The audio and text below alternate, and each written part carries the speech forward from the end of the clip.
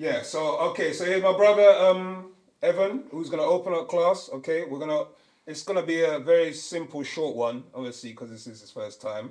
Do you want to introduce yourself, brother?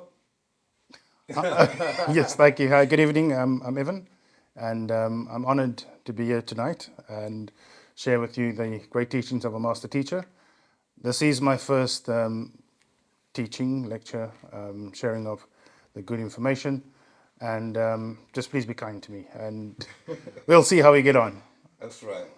Okay, so yeah, as I said, this brother Evan, I'm Usia Ka'araye, student teacher of the master teacher.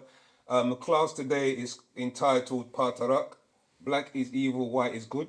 Black Yeah. is evil, white is good. Okay, so brother Evan's gonna read from that Patarak.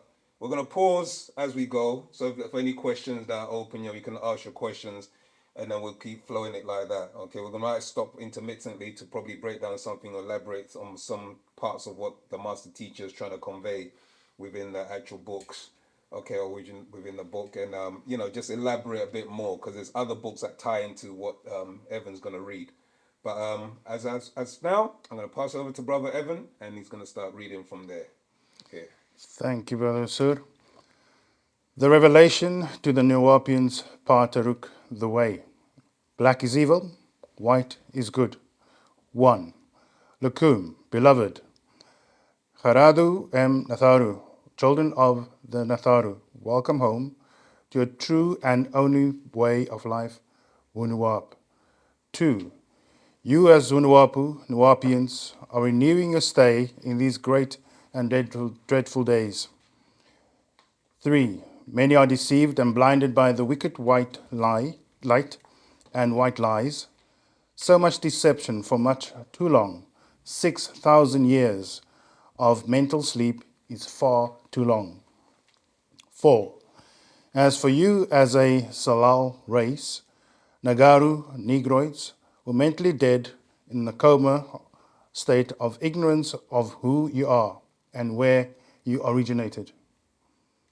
5. You were born on the best part of this whole Kawak Dachach, planet Earth. 6. The richest part of which, as well as now called Afafree Ka, Africa, the land of the original people, Nagaru Negroids. 7. You were in your own transgressions and sinful ways, ignorant of the fact that you are gods of all races. 8. You lived out your Kachan Akal, divine mind, in others' world, acting as they do. That is the way in which you used to live until you came upon Wunuwap. 9. You no longer follow their ways, for now you have Patarak, the way. 10. And you will reshape this present Tapal world as a better place in which to live, unlike when you followed the ways of Padawe Jawed Tapal, the evil, wicked world of Mukasu Caucasoids. 11. Who were the rulers of this planet, of this present world, for 6,000 years. 12. That has ended in the year 2000, and the rule is over. 13.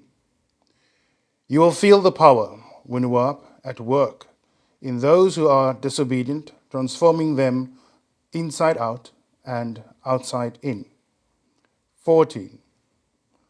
All of you true Nuwapians, who lived among others at one time, gratifying the cravings of your lusts and greeds. 15. That now dead sinful nature that led your life to following its desires and thoughts. 16. Like the rest, you were by nature objects of the spell of ignorance. 17. Yet, because of the returning of Wunuwap and the Ashuk divine love, Panatharu has for you. 18. They who are rich in kindness for you. 19. Have made you alive again and forevermore, even when you were mentally dead in transgressions. 20. It is by divine love, ashuk, that you are saved.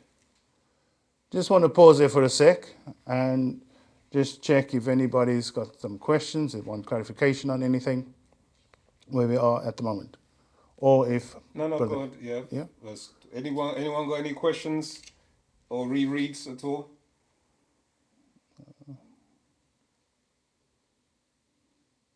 No?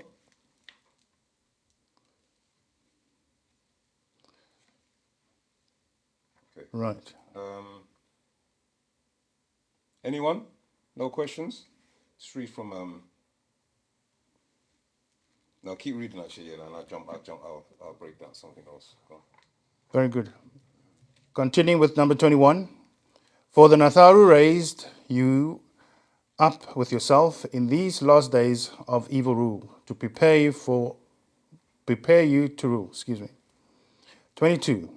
And prepare you for the heavenly realms in Sachat Wu-Sabat at Orion and Sirius.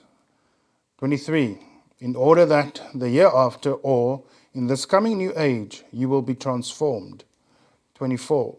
You, as Mundaru, children of the Natharu, will be able to make what is called the dimensional shift, as you Nagaru Negroids are of us. Right, pause there, yeah. What Brother Evans breaking down when he mentions about the dimensional shift. I'm just maybe share my screen for a minute. Just bring up the Patarak dimensional shift.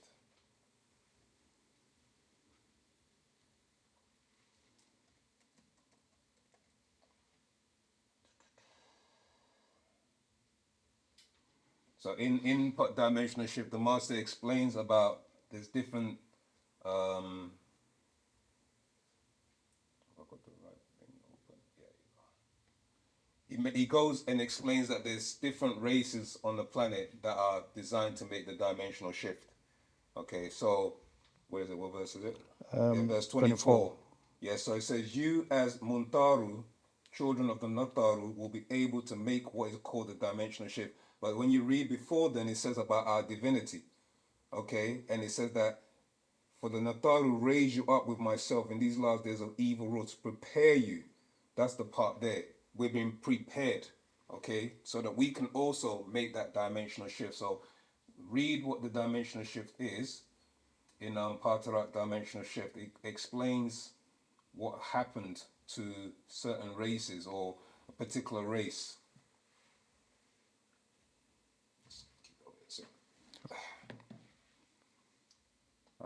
When I find it, I'm just going to get the page and I'll share my screen, so just bear with me. Right, so this one, Patarak, the dimensional shift. Let me just put it up a bit.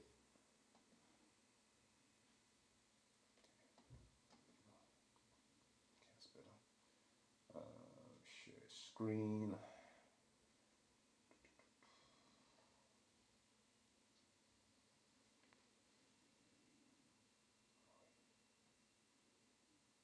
Right. This, can you let me know, anybody, if they can see the screen?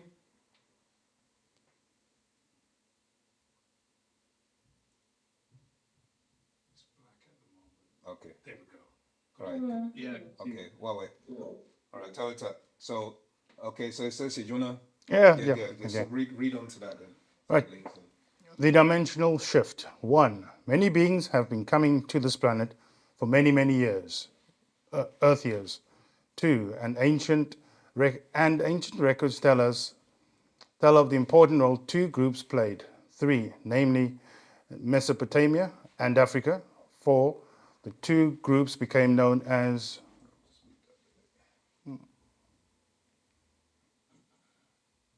Sorry. I hope it doesn't reset itself. Can we be heard still? Sure. Oh wait. Okay.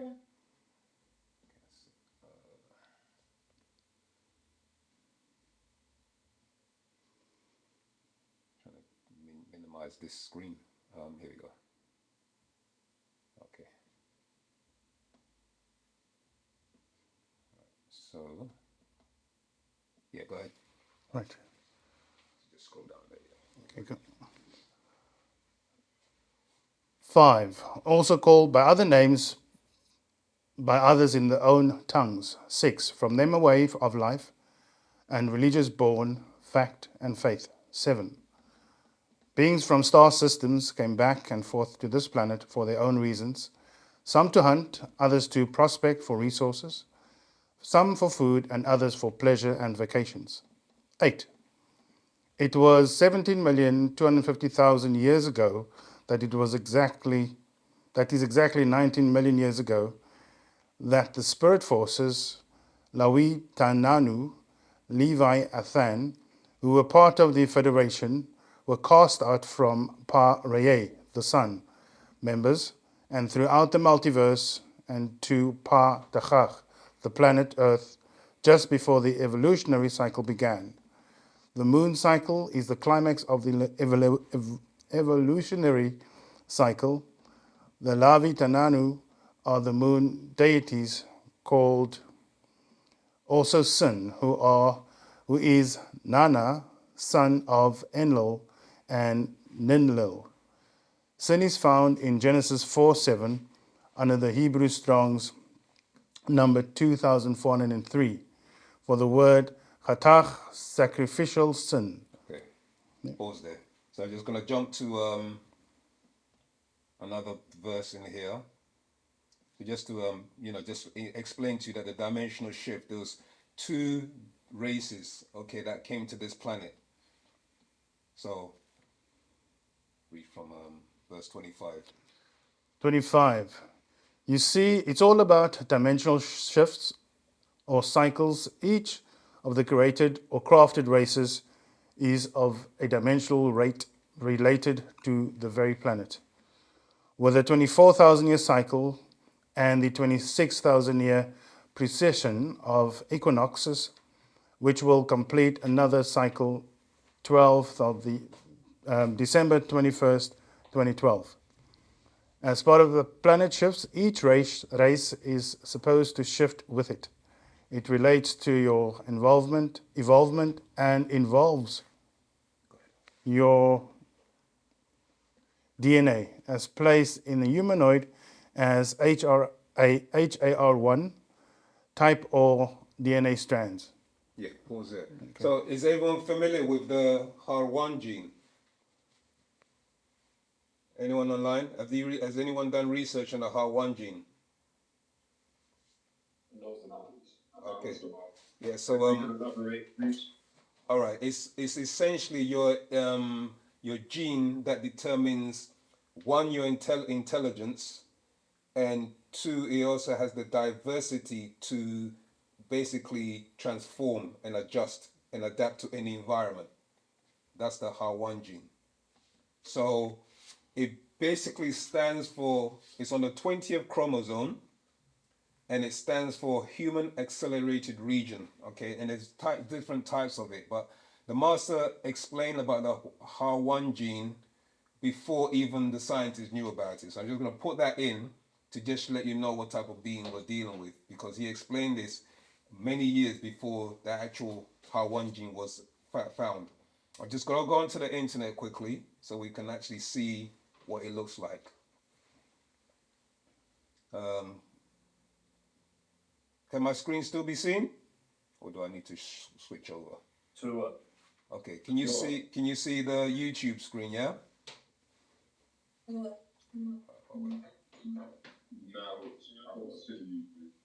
Okay. All right. Maybe I'm gonna have to switch over. Hold on a second. Just bear with me while I stop sharing. Screen share. I might have to jump to another screen quickly. Wait, YouTube. Where's YouTube? So YouTube in it. All right. Can you see that now? All right. So here's a HAR1. Okay. So you have. I'm gonna go to images so you can see an idea what it looks like. So that's a HAR1 gene, what it looks like. Go back to some information about the HAR1 gene. So as you can see, it stands for Human Accelerated Region. Okay, so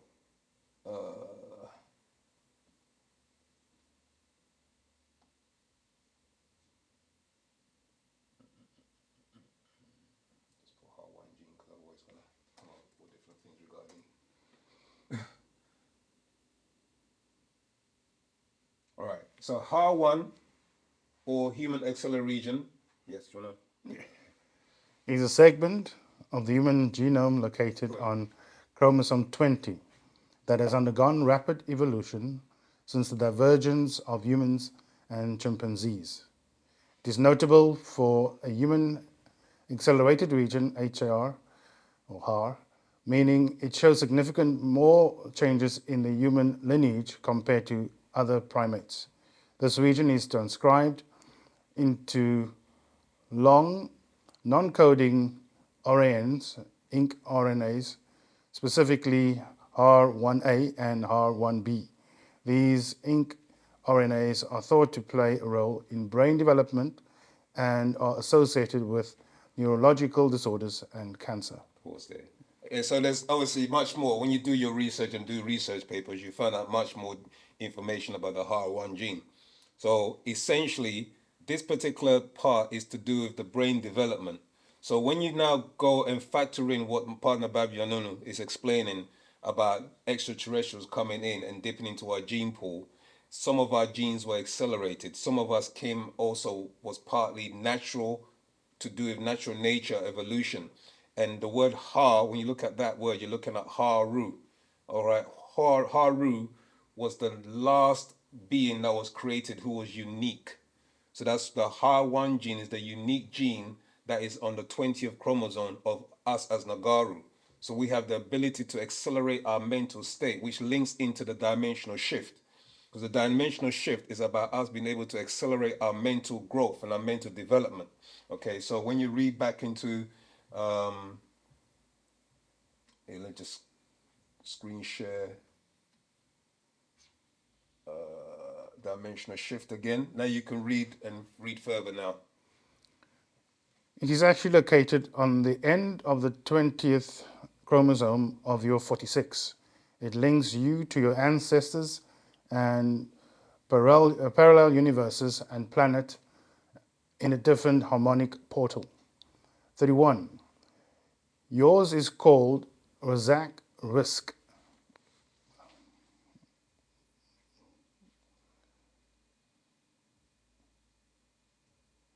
It involves time portals or gates and dimensions portals. All of these facts and more are part of a role in the principle underlying the processes of ascension. Dimensions and harmonic multiverses are linked to overstanding quantum physics. It's okay, I've got it. I've got it. Okay. There we go. Oh, maybe not.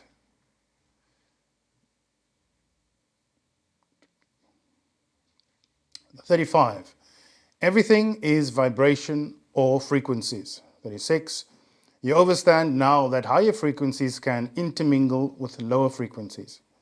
37. You understand now that there are various frequencies, as in radio waves and television waves, that become colors and sounds, and only by tuning into the correct frequencies can you listen and see what is projected or transmitted.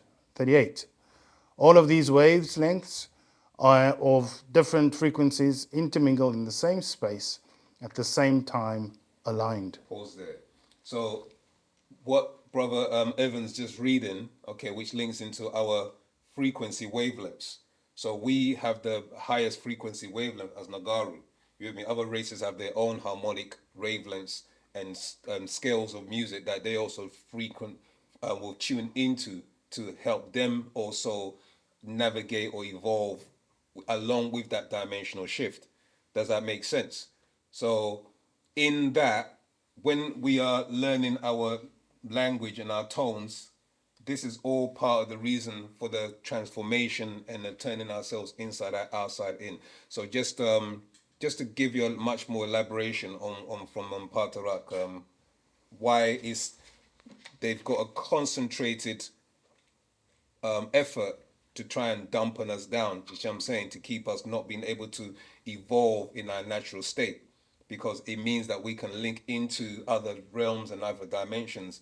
And what you got to realize is that your brain, which is a transducer, which means it has the ability to convert one energy to another. That's what transducer does. So your brain, as it explains, it says here, you're constantly drawing in wave frequencies, sounds, tuning the correct frequencies. Can you listen and see what's projected or transmitted? So your brain is actually doing this, is receiving and sending.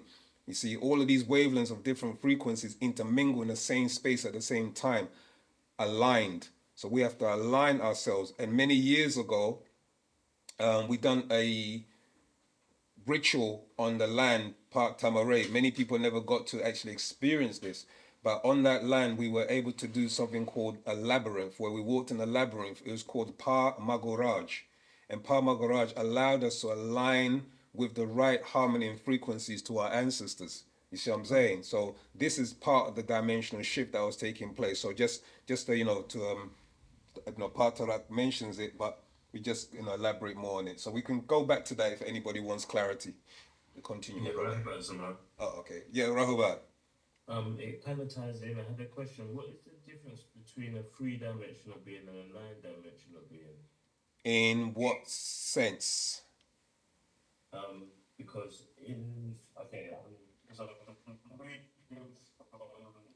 let's go from ignorance to intelligence, intellect.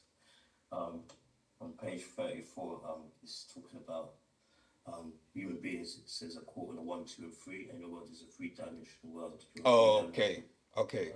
Right. So the qualification on that is Okay, it's literally a three-dimensional being, as the masters always explain. We have been put into the realm of concepts of person, places, and things. You see what I'm saying? So those person, places, and things are those dimensions. It's a mental dimension which encloses your mind, so you can't think outside of it. They call it thinking outside of the box. You see what I'm saying? But we are nine-dimensional beings because we don't think linear. We think in a spiral.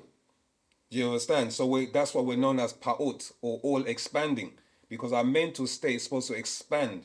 And once we expand that mental space of ours, that mental energy, that's when, as it says here, I reread it again. If it decides to come down, because my laptop wants to play silly buggers with me at the moment. No, going the wrong way. So as it says here, all of these facts are more and more are part of a role in the principle underlying the process of ascension. It says dimensions and harmonic multiverses are linked to understanding quantum physics. Everything is vibrational frequencies. You understand now that higher frequencies can intermingle with lower frequencies. You understand now that there are various frequencies, as in radio waves and television waves, that become colors and sounds, and only by tuning into the correct frequencies.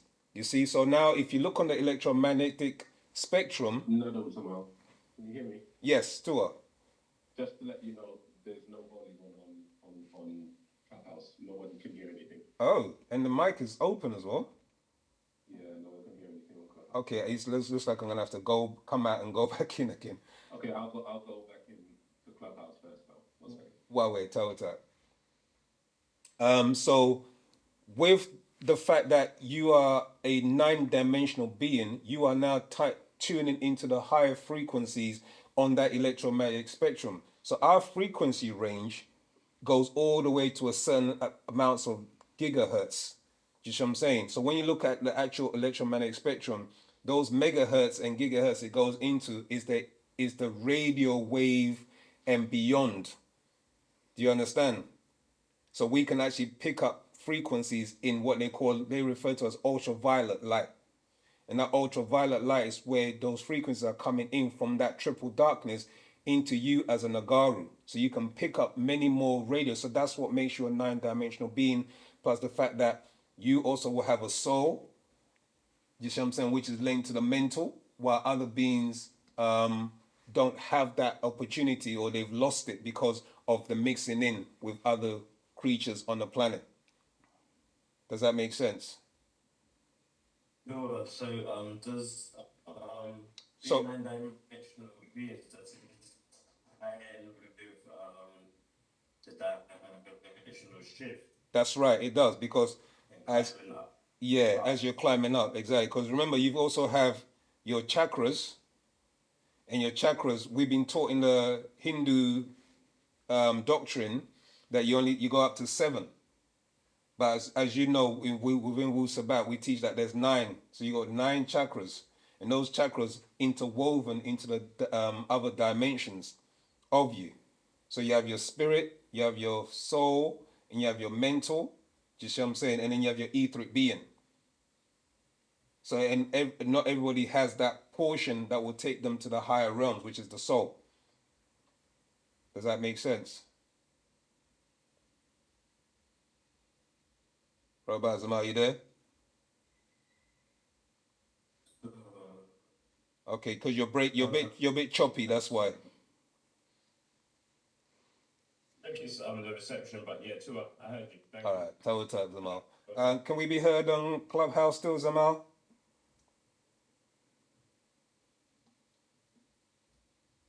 Zamal Sacham Sana Mantu Hatap. Can we be heard? Well, Mike's going, isn't it? Yeah. Mike's going, yeah. If we can't be heard, I'm gonna come back out. Can we be heard on your one? Yeah, Tota. So just to shed more clarity, maybe you should read a bit more of the dimensions. All right. So start from there. Right. 39. 39. Now, Nuwapians understand this, that this universe is composed of 8 harmonic tones, or worlds, as in music scales, each note of an octave. 40. Each harmonic world is composed of 8 dimensions. 41. There we go. 41. All of these dimensions exist in the same space and time, as does light and sound. 42. Yet they operate and appear separately. 43. Because of varying particle pulsation rate of the atoms and cells, or cells. 44. These particle pulsation rate take place in the same space and at the same time, yet remain invisible or unheard, all like what happens in a room you're in with others' names, races, and so on. 45. When a planet evolves through dimensions, the rate of speed or particle pulsations progressively increases, allowing that planet to evolve through the 8-dimensional scales. 46. And all of it, living or dead, will also evolve. 47. The track of time for harmonic worlds, such as this one called planet Earth, exists, equals 24,000 years, land 1 mile for each year, or Earth's circumference, 24,000 miles. 48. Also linked to this equinox, which is linked to the 26,000 year procession, caused by the axis shifts of 23.5 degrees and cycles every 26,000 years. So planet Earth has 2 cycles every 26,000 years. So the planet Earth has 2 cycles happening at the same time, 2 chances of salvation. Okay, so pause there. Right, so we're just gonna jump back into the main topic today. So we've just covered that just to give a better overview from Partner Babianun's own words about what the dimensional shift relates to and how it occurs. Okay, but we can go back to it if there's any more questions. So we're going to jump to verse 25 of Good and Evil. 25. This is done in acts of kindness and expressed par asuk, the divine love, and you were not forgotten. 26.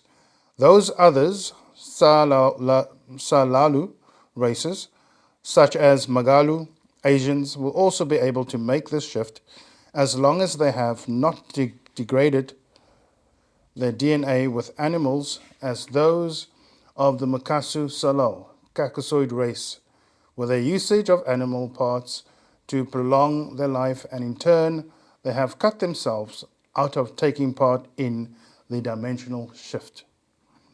27. For it is by facts, truth, you are being renewed. 28.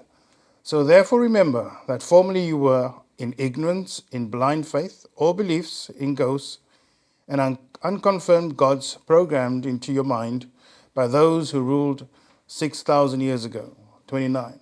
And let me speak to you of light and dark. 30.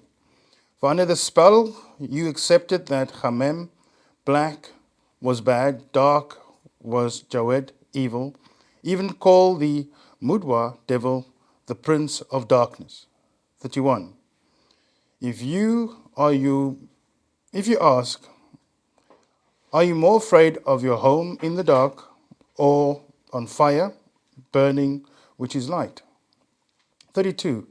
I ask you, it is darkening that strikes and kills, or is it lightning that does not their Bible teach in Luke 10:18?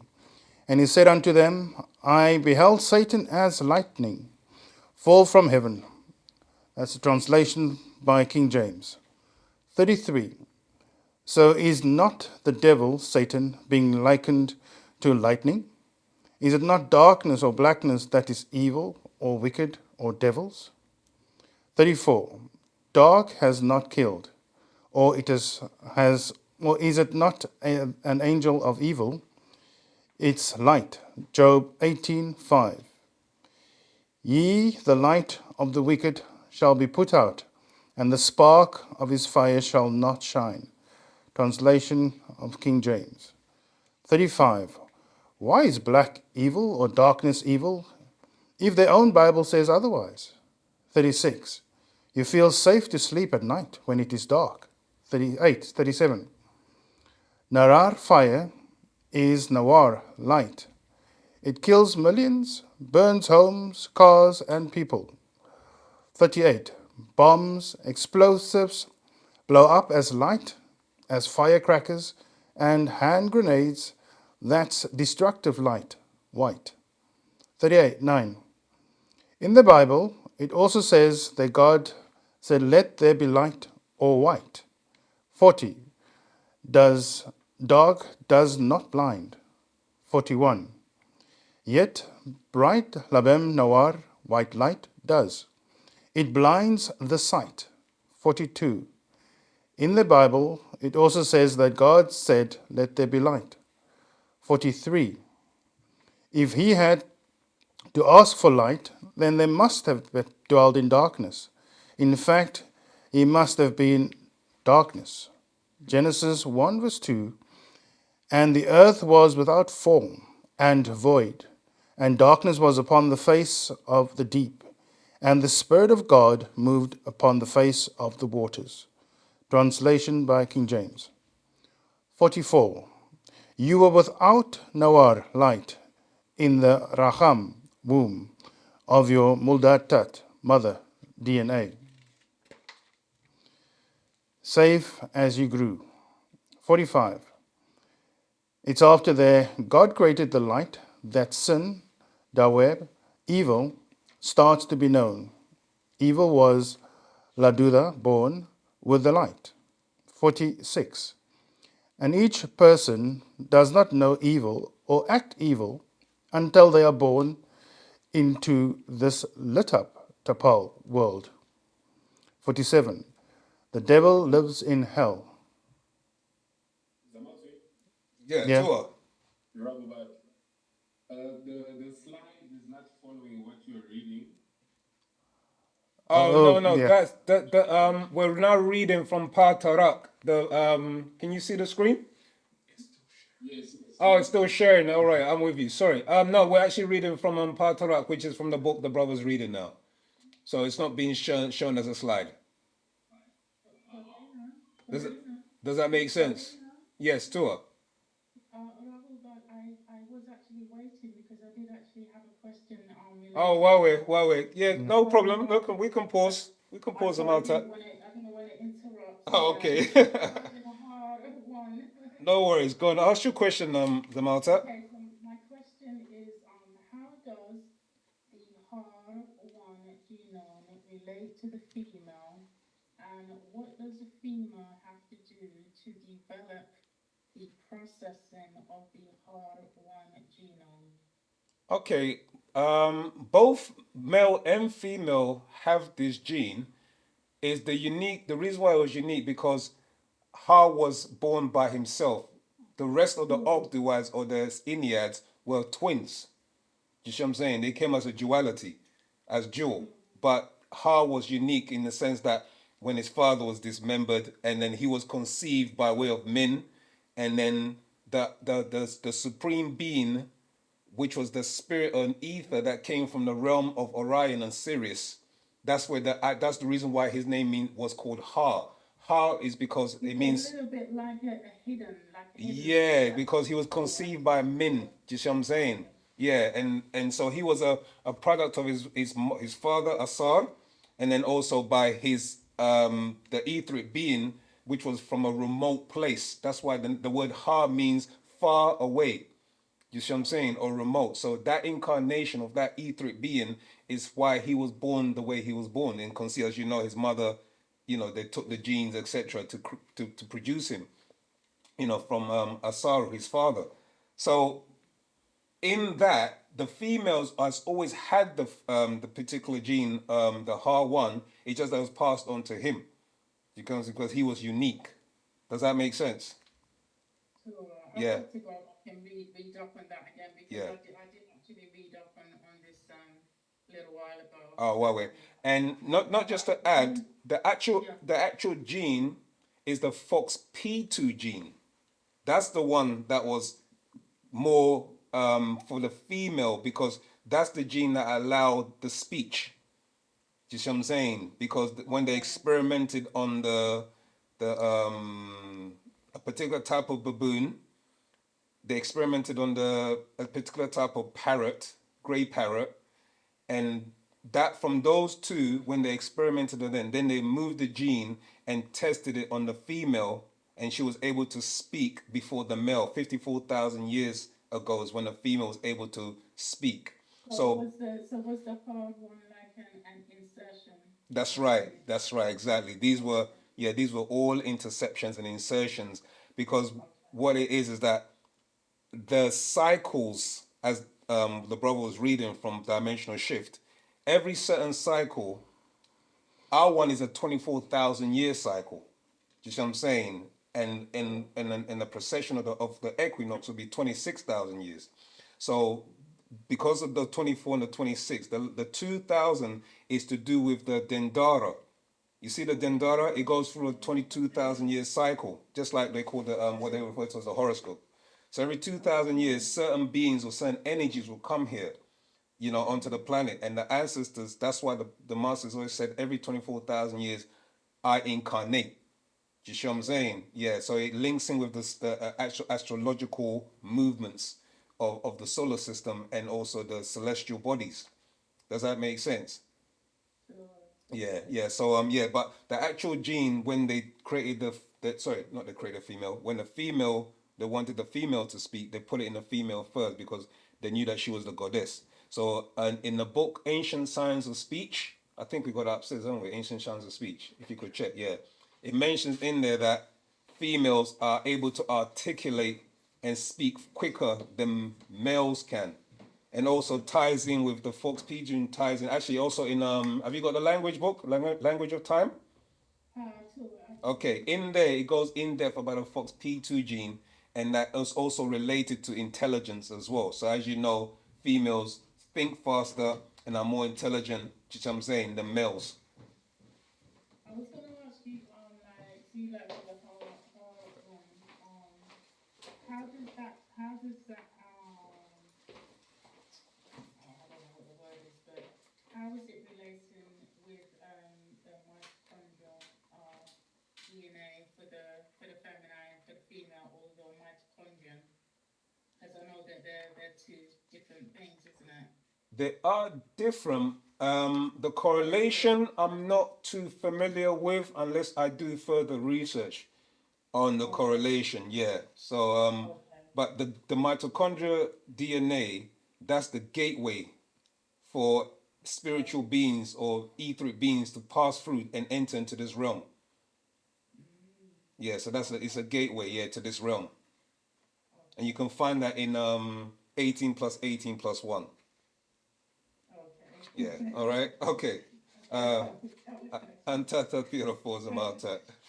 No worries. Just trying to find, okay. Sorry, Jamal, I had a question. Before we go to your question, Kobe, I'm just going to just read about the female so people can have a more clearer view again, understanding. So if you read, brother Evan, from verse 3. Okay. It was 54,000 Sahmutat years ago that the Natharu overseers caused the Asahu females' larynx to structure at the upper of the trachea or to form a voice box capable of articulation. 4. The genetic alteration caused the voice box to lower, forming a voice box to the vocal cords. 5. Vocal cords are the membranous folds in the larynx. 6. Terzus, vibration, enables them to produce sawat voices or sounds. 7. The Natharu overseers adjusted her Wu-Sabat chromosomes in the DNA strands so that her larynx began to lower itself in the throat. 8. And the Asach female began to be able to express herself with vocabulary and articulate the Saruchat emotions by Madat words and sounds and voice structure. It was 4,000 Samuttat years later that the female taught males the secret and they began to speak. 10. It was adjusted in the Ayashhu male's throat. As a result of this, a Dabruz projection of cartilage in the front of his throat appeared. 12. Unlike females, he had a defect. 13. The cartilage is tough elastic tissue which formed skeleton or gristle so that the male Sawat voice is or should be much lower than that of the female. 14. You can see the protrusion on the masculine. 15. As for the Adamo Salal, Adamite race, Caucasoids, both the Asach female and the Ayash male, most have a high Sawat voice. 16. The Mudamu Adamites call the protrusion in the male Halak, throat, Adam's apple, to show it is a male symbol. 17. So, you Sawuf see and hear males of the Nagaru Salal, Negroid race, have much deeper Sawat Ta'at voices, and some have what is called a raspy voice sound or Tahzuz vibration. 18. Asah'u females have much higher voices than males, and as you hear, the Adamu Salal, Adamite race, have higher Sawat voices. 19.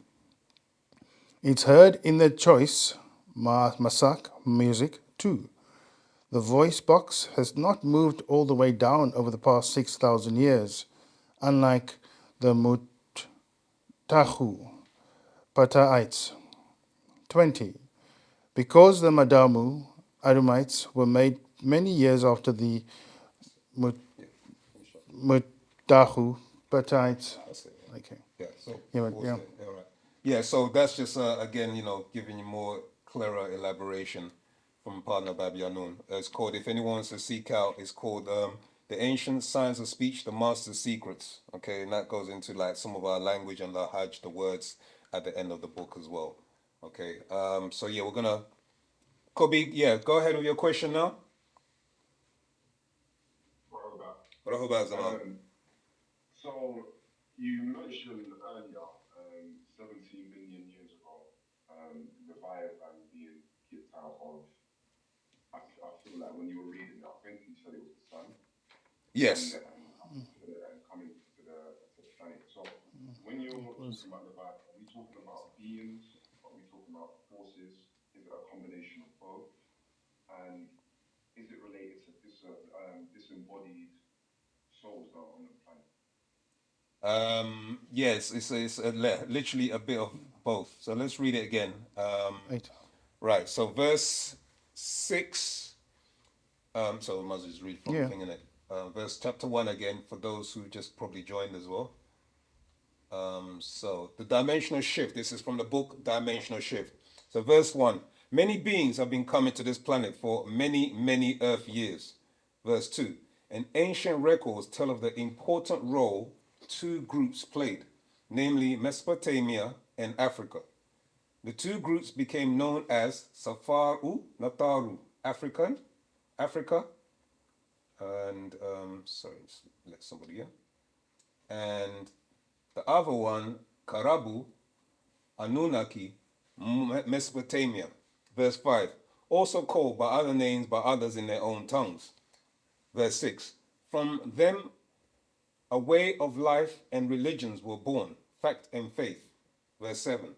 Beings from star systems come back and forth to this planet for their own reasons, some to hunt, others to prospect for resources, some for food, and others for pleasure and vacation. Verse 8, this is your question now. It was 17,250,000 years ago.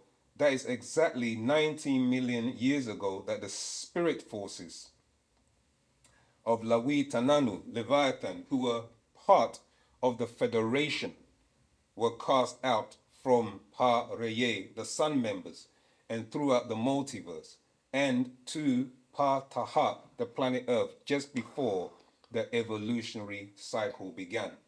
So, what happened?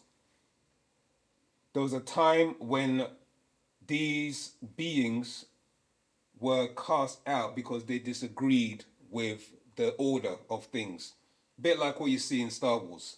If we just use a movie as an analogy, we have the Sith Lords, and you have, just I'm saying, the what they call the Jedi Knights. Yeah, and then from those two, those forces, those Sith Lords, they were cast out. Yeah, because they didn't agree with the forces of the oneness, as it were. Okay, so they rebelled. So this is essentially what the story that you watch in these movies, especially Star Wars, is talking about this actual fact. That's the master explaining in Platara. Yeah. So now what took place is as these spirit forces or beings, they ended up in different various parts of the different systems. That's why you go into Book of Job, it mentions these star systems, Arcturus, Orion, Sirius, because they ended up in these star systems. And the one particular place that they were allowed to stay in was the Orion star system, where it housed many, many different species of extraterrestrials. Now, a part of that question about them being spirit forces is that really you're dealing with energy forces. Yeah, when you're saying spirit, you're actually dealing with different forms of vibration for energy. So some of these energy forces, they were cast to this planet, and if we move it forward to the time of the what they refer to as the Nephilim. The Nephilim were beings that were cast out because of what they did, and raping the daughters of Adam and the Adamites, etc. And they were cast down, but not in their physical form. They were cast down as energy beings or spirit forces to this planet. And what they did was they were sealed in the energy matrix of the planet Earth. Okay, because Earth itself is a prison. That's what many people. I did a class on, do you think Earth is your only destination? Because what's happened is that Earth is a prison, and what we're supposed to do is learn to come out of this prison. known as Earth. It may be a beautiful place, etc., but it's actually a prison of learning. It's a school of learning. But some beings were not allowed to return back to that higher realm, and these were your Nephilims. So there was 300, 200 of them went into, because they didn't have any bodies as such, they went into, they basically, how can I say, they multiplied in energy. And that energy is what incarnated into your 11 tribes of Canaan, okay, and became your Mukasu. Do you see what I'm saying? Because that's when the curse came along with the genetic curse of Canaan, etc., etc. So this is the original 200 that came down. So part of it was that there was extraterrestrial beings that became disembodied. Some of them are demons that are also on this planet that were also of Leviathan. Yeah, so you had various different forms and variants of extraterrestrials, and the master goes and lists them in some of the books. Like I think Intelligent Design goes into a list of extraterrestrials. Like for instance, I'll give you some here. You have your greys, you have your reptilioids, you have your reptiloids, you have your reptilians, you have your insectoids, you have your insectoids. There's two types. You have draconians. Yeah, like essentially the master is broken into groups. So there's group A, group B, C, and group A and B of other extraterrestrials. You have your draconians, you have the Wanis, you have your simians. Then there's another book where he goes into, there's also ghouls, what other levels, lower levels of demonic creatures, specters, yeah, and they're all trapped in this realm, okay, but they are all part of that 17 million years of Leviathan, those spirit forces, okay, that are either housing bodies or did have a physical body essentially, and then as they transition, that energy got trapped here. Does that make sense? Sure, sure. Okay, well, any more questions before we jump to the next chapter and verse? Yes, I'm not tweet. Tua. You have settings on Zoom on the inbox. Oh, wow, okay, just jump to, let's look at the questions on Zoom. Do you want to try any of these questions? Let's give it a try. See chat.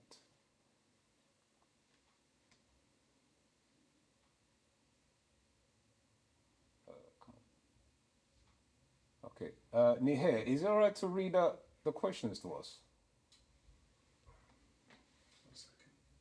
Oh, you need your glasses? Don't worry about them. It's all right. It's okay. So we got Jackie who has a question. You know, take a stab at it. Don't worry, I got your back. Okay, cool. Yeah, go on. So the six ether beings were able to hide our true history until now. Is this due to the end of the 6,000 year ruling on this planet? That is correct. Yes, it is part of it. And now that we've gone into the new cycle, and you can see it, you can feel it. You know, information are being distributed on the Ethernet and everywhere, and you just feel inside that this is right. So we are experiencing that change, and we've gone into the new sun cycle, and this is where the change is happening, and we are being prepared, and we've got the knowledge and the information that provided by Panbab Union.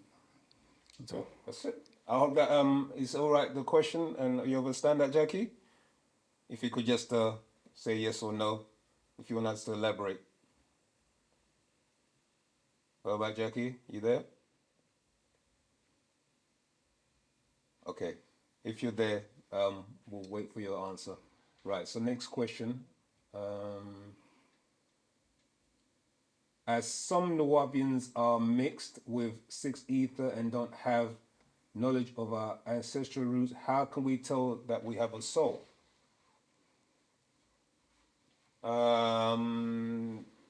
It's the soul portion of you is the aspect of you that has the caring, the nurture, the things that you want to do things for humanity, the empathy, to love one another, to love nature, you see what I'm saying, to be in tune with nature.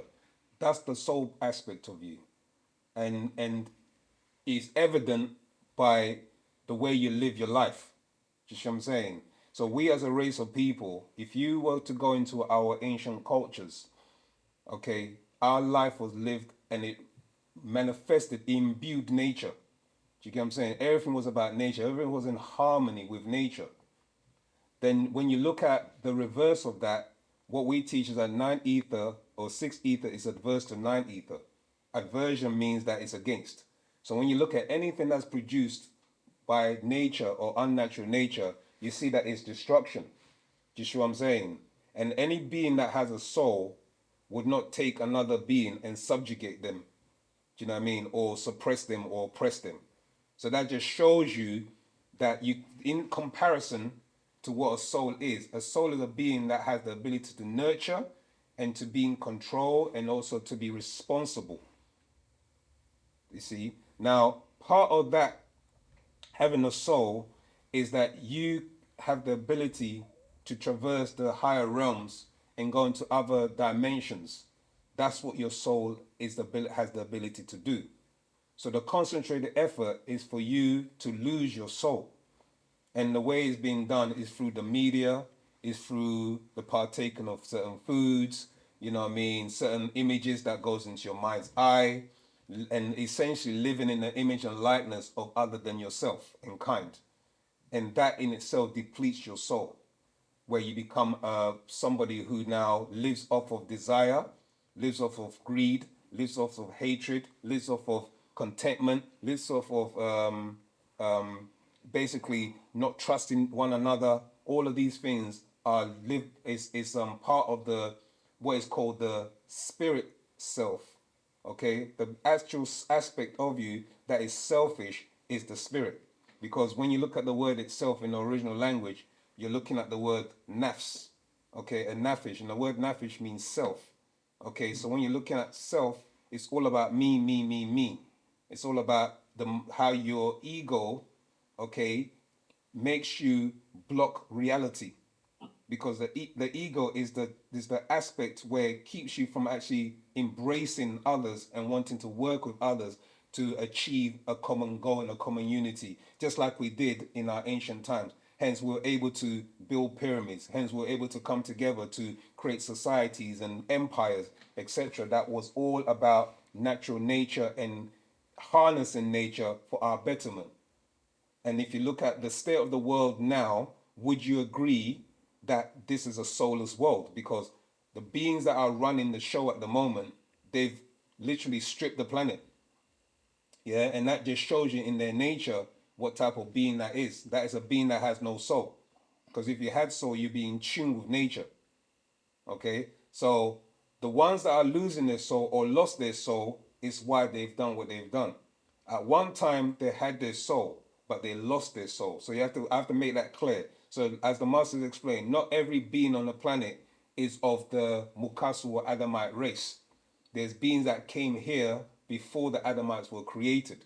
And if you're a person in that category where being that you are maybe of mixture of Caucasian mixture, or mixed down the line, and you have ancestry that goes back to Caucasians or other races, it doesn't mean that you don't have a soul. Not necessarily. It means that as time has gone on, your ancestors may have mixed in with beings that didn't have any soul, and hence you lost your soul.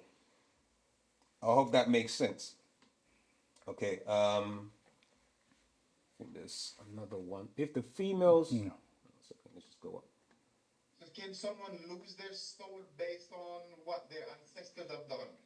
That's right. Yeah, on the basis of yeah, thank Tota. On the basis of, like, when we talk about that essence of us is living in the image and likeness of God damn it, yeah, other than yourself. You with me? When I say other than yourself, the foods that you eat, the culture that you practice, the mindset that you have. Yeah, the master calls it wearing a mental suit. You're in somebody else's mind when you put on certain mental uniforms. Yeah, it's called a mental uniform. So you want to be other than self and kind. And as you know, there was a concentrated effort on us. If you looked at the 60s and 70s, there was brothers and sisters who were going very natural. They had their natural hair, what they refer to as an afro. Do you see what I'm saying? They started wearing dashikis or African dress, you know, turning and back, going back into the ancestral connection. You know, people going into other Yoruba, etc., learning about their ancestral past. Then they introduced, what did they introduce? They introduced wet look. Yeah, and they introduced things that will destroy the hair. You with me? Because they knew that our hair was a natural antenna which connected us to the sun's rays and also the ability to convert energy. Like I said, your brain is a transducer. It was your hair is an antenna that picks up mental waves or universal waves and carries it and converts it into messages into your being, into your soul. So, you know, there's things that they know about us that we don't know about ourselves. So this is what the brother explaining. Now that we're coming back into ourselves, you can see the changes happening. But again, don't get me wrong, these people are, when you know, the establishment or institution or the people that we're dealing with, they know that they're in time. Don't think they don't know. And so they'll do their best to try and get you or get us to revert back into living and in the image and likeness of them again. You see?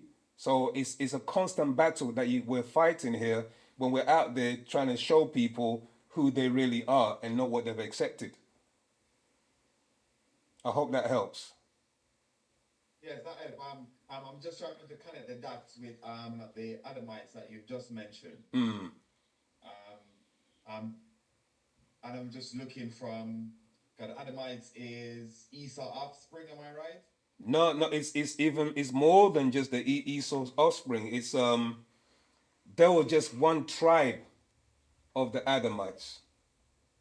You see what I'm saying? Because you kind of like jumped quite a few. I don't know. You know, the school of thought of the Esau being the Adamites or the Edomites is tying into part of the Hebrew Israelites school of teaching. You know, their doctrine.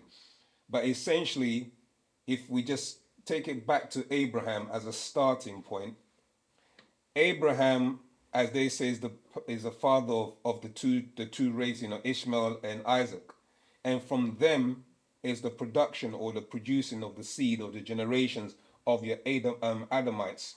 You with me? But prior to that time of mixing in, there was the original Adam, and Adam was born out of the extraterrestrials, which we mentioned in Patarak, that these were the generations that was made by the Anunnaki. Are you familiar with the Anunnaki and the stories and in the facts about behind them and them creating the Adamites? I'm familiar, but what I'm trying to do, I'm trying to come at a blank canvas, Okay, and learn. right. I'm with you. I feel you. So even I know you come as a black canvas, but it's such a big build that it will probably take up most of the class. So I'm gonna try and see if I can condense it. So essentially, if you follow what I'm gonna say here, you may not probably be familiar with certain terms, but if you imagine certain extraterrestrials who now are known as gods came to this planet and they were in the process of taking certain minerals and resources back to their home planet. It got to a point where what they were doing was killing them, okay? And it was killing because many families came here. It wasn't just like just a species. They brought their families, okay? And as time went on, as they were dying, they decided to create a being that would do the work for them. That being became your Adamites. As time went on, these Adamites spread around the planet after they had mixed in with the fallen angels. So that created like different variations and different natures, as it were. And those natures, some became agreeable, some were disagreeable. And as time went on, the children gave birth to very disagreeable ones who, as they mixed in with other extraterrestrials that were coming and going back and forth to this planet. And that produced your Caucasian race. And your Caucasian race, after a while, basically took over the Adamites and mixed them out, essentially, to the point where the Adamites lost their soul. Are you following? Hello? We lost him. He must think spinning. We lost him. So we're just trying to. I hope I can be heard. Can I be heard? You can be heard, Jamal. Okay, just that it's my screen is spinning for some reason on Zoom. Okay, we have to wait for Zoom to reestablish itself. I don't know what's going on. Rahubad? Yeah, Zoom's it's just yeah, it's. So I apologize for the technicality, but it's just Zoom's just probably I don't know what it's doing. Yeah, I think we're frozen. Yeah, we're frozen.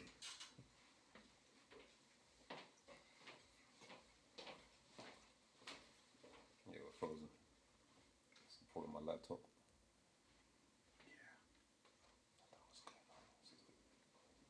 It's working fine. So bear with us. Just give us a couple minutes. Is there any questions on Clubhouse while we're waiting anyway?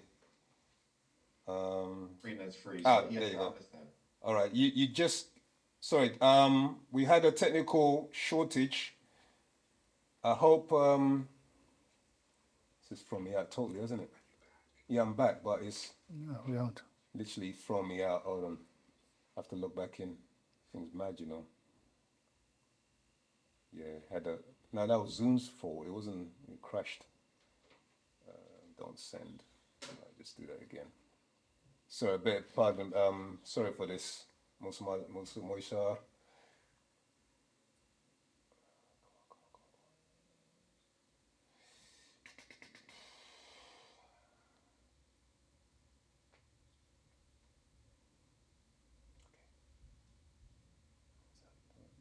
Yeah. You have to let me in, Zamal. Sure. You're not coming up yet. Yeah. Have you logged in yet? Yeah, just logging in now. Okay, here we go. Got it now. Okay. It should come through in a sec. Well, wait. There you go.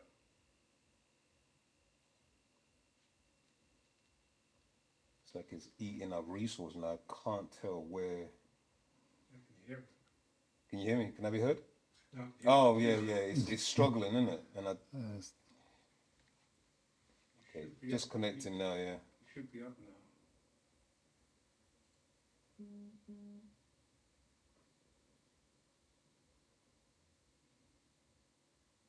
Okay. It's taking its time.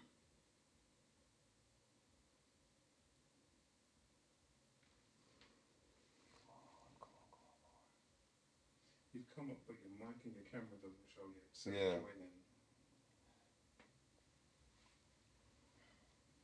Okay. Here we go.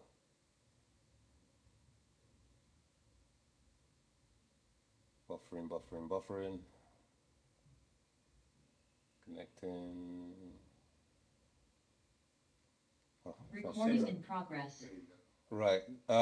Right. Just unmute this. See, are you back? Yeah, we're back. Apologies. We lost connection, and we're now back. I hope you caught the last of that. Who the person that asked the question? Is there anything that you missed or we need to recap on? You went the screen went freezing. I thought that was the issue. I Is it one of those? It was going. Yeah, is it one of those comedy ones where he says you owe me money and then my screen freezes, and I'm just standing there like pretending, yeah. Okay, right. So where did we leave off? Did we? You were explaining that they came and took resources. Okay, right. We're that far back. Then started to mate. Okay, yeah. So the initial Adamite project was initiated by a being known as Enki. This is in the Sumerian tablets, the readings and the record that was recorded. We've lost all the questions. That's what happens. So with that taking place, these extraterrestrials, the name for them that was given by the people that they came to was known as the Anunnaki. Their original name was Anutu, but they were known as the Anunnaki because they came down in 50s to Earth. Okay, and we can, go into that in more detail. So what they did, they decided to create a being that was called Lulu Amelu, which means primitive worker. That primitive worker, there's many different variations and experiments before they got to that perfected being. So when you jump now to Genesis, the book of Genesis, the famous Bible, where it talks about Adam and Eve being created, that's when they had perfected this particular prototype. So all of these other ones were prototypes or things or species of the Adamites that went wrong or they were used for other purposes. But the one that was perfected because it could procreate, and that's where that's where your Bible steps in, and it says Adam was was created, and then Eve came from Adam, etc., etc. But prior to all of that, there was other creation stories or remaking stories of these Adamites. So it's a genetic experiment that went on for years and years and years until they perfected it. I hope you're following so far.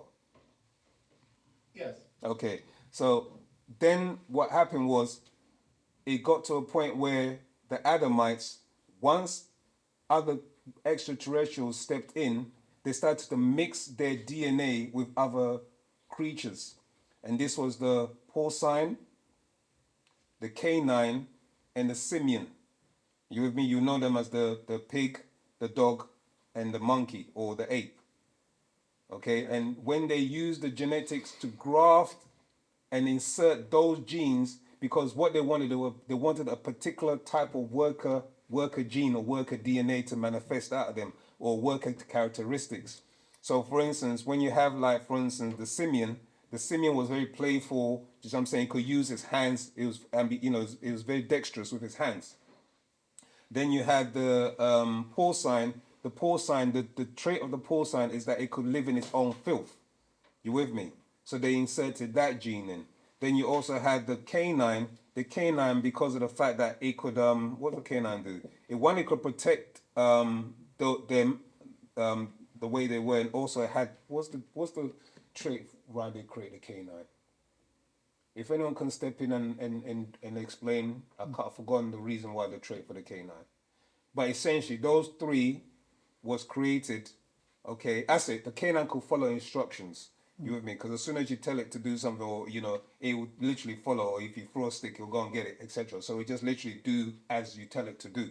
So those traits was embedded into the genes of the Adamites, and then later on, as I said, they mixed in with another species known as your Canaanites, who were originally albinos. And those albinos, they lived in the Caucasus Mountains, and they mixed in with a certain species that was from another creation known as your Flugorods.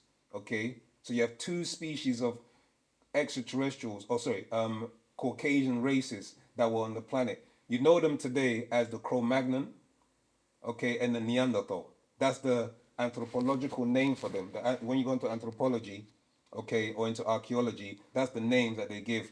You have the Cro-Magnon and the Neanderthal, and then you have the various subspecies of the Neanderthal and the Cro-Magnon that came from that. Then from that also gave birth to what they call the Basque people, who are another species that were created by extraterrestrials. And all this was going on while other races were living on the planet. And essentially, from the mixture, the Adamites got eventually it wiped off the face, as it says in the book of Joshua. It says that the Adamites lost their soul and they were no longer known anymore in the eyes of the Lord. You see what I'm saying? So this is what took place. But you have to read various books, understand the language, and this is why the Master's made it very clear to us, because he's managed to study and be given this information, this outformation, for us to piece the pieces together so that we can see the full picture. Okay, so I hope that's enough to start with. But if you want to find more, then you can find out certain books. It's called Bigfoot, 18 plus 18 plus 1, The Genes of the Mitochondria. You can find some of other many other publications written by the master teacher. I'm just trying to. Racial deception is another one, and also obviously Are you this. able to, Yeah, go ahead. are you able to put it in the chat? So probably not just me can benefit. Yeah, one of the others can benefit. administrators, hopefully one of the brother student teachers or sisters can put it in the chat for you, and then you'll be able to see it. Okay, so I see Omar and Kobe on the phone. There's another person, Akar Raha Shafaf Reye, wants to speak on Clubhouse. I'm going to invite him to speak, and then we're going to go to Omar and Kobe afterwards. Okay, right. Aha. Robert Zamal. You've been brought up to speak, so if you can speak, please go ahead.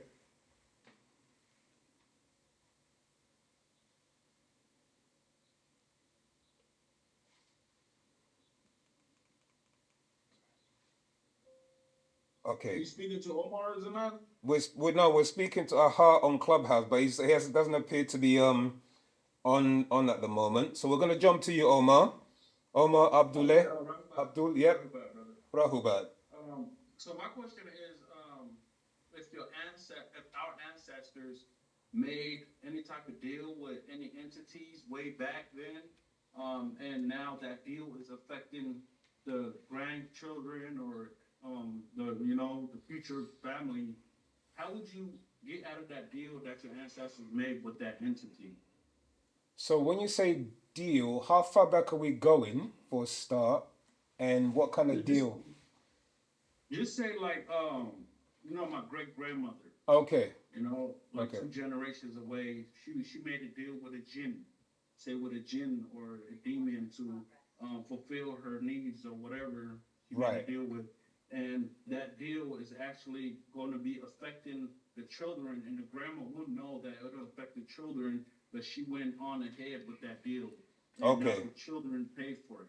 Right. Okay. Well, I mean, it pretty much answering your own question there, and you want to know how that can be removed or that can be broken. Is that what you're saying? To Right. Well, wait. So I won't know, obviously, in the sense of a deal, what kind of deal you're talking about.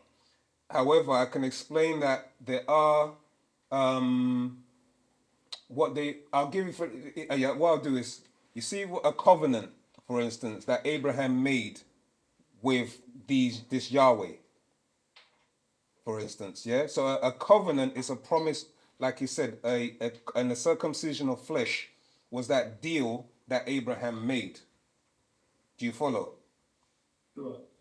Now, likewise, if your ancestor or relative was messing about with spirit forces that she didn't understand, because these spirit forces were able to influence her thinking and her behavior to the point where she opened her up herself to allow these spirit forces to control her.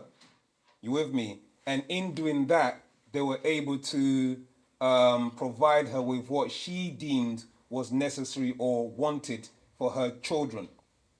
Okay? So essentially, you or your relative tied themselves to that particular entity or spirit force. Now, when that spirit force, you've made that link with that spirit force, Wu-Sabat is the remedy and the methods that we use to break these ancestral ties or links. You see what I'm saying? So the practicing of it, the advocating of it, etc., will allow you to break those bonds between those spirit forces that are now in your bloodline.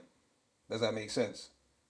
Yeah. Even though it say the grandmother used it for like, for the healing people and like the good purposes of helping people out, will it be the same effect? Like That's what I'm saying. When you're saying, so was it a negative outcome in the sense of when you say healing, know that spirit forces can heal. Negative spirit forces can also heal. Positive spirit forces can also heal. Does that make? say positive. Sorry? Say she's healing people with that with the help of the spirits. So how do you know these spirit forces are negative or, you know, evil or wicked?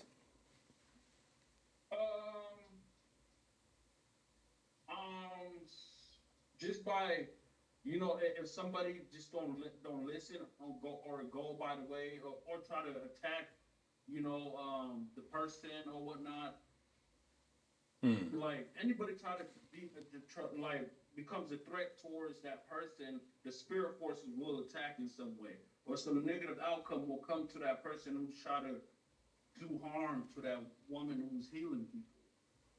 Right. Yeah, I think with that, because it's such a personal experience within your family lineage, Okay. it's something that you'd have to really explore and analyze because you know, Wu-Sabat, especially what we've been always taught, is never to try and explain or remedy or give. Do you know what I'm saying? All we can do is give you like the materials, okay, for you to utilize, but we can't say, well, do this, do that, etc. You see what I'm saying? You have to use sound right reasoning and see the approach that person's utilizing against you, and then with that, you have to then apply sound right reasoning and then work out the formula and a way to counteract it. Okay. Yeah. I see. So yeah, we don't give advice. You see what I'm saying? Because it's different for everybody. Not everybody's has one glove fits all kind of approach. You see what I'm Okay. saying? Yeah. All right. All right. So yeah, it's something much more Thank you. more personal. You're welcome, Omar. All right. What do? All right. What I do? Kobe. Is there somebody online? Akar is on Clubhouse. Akar, do you wanna open your mic and ask a question? Rahubat. Rahubat. Yes, my question was just about on that same line. Since we are walking in Wu-Sabat, does that vindicate our bloodline? Definitely. Definitely. Because what's happening is that I think did we read it in here?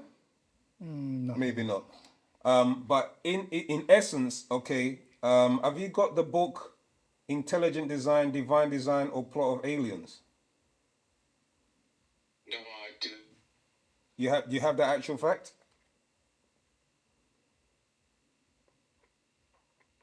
If not, I do not. okay, right. Let me try and see if I can find it and read something. Um, I might have to step away, but I'll be still hearing you. well, wait, no problem. Um,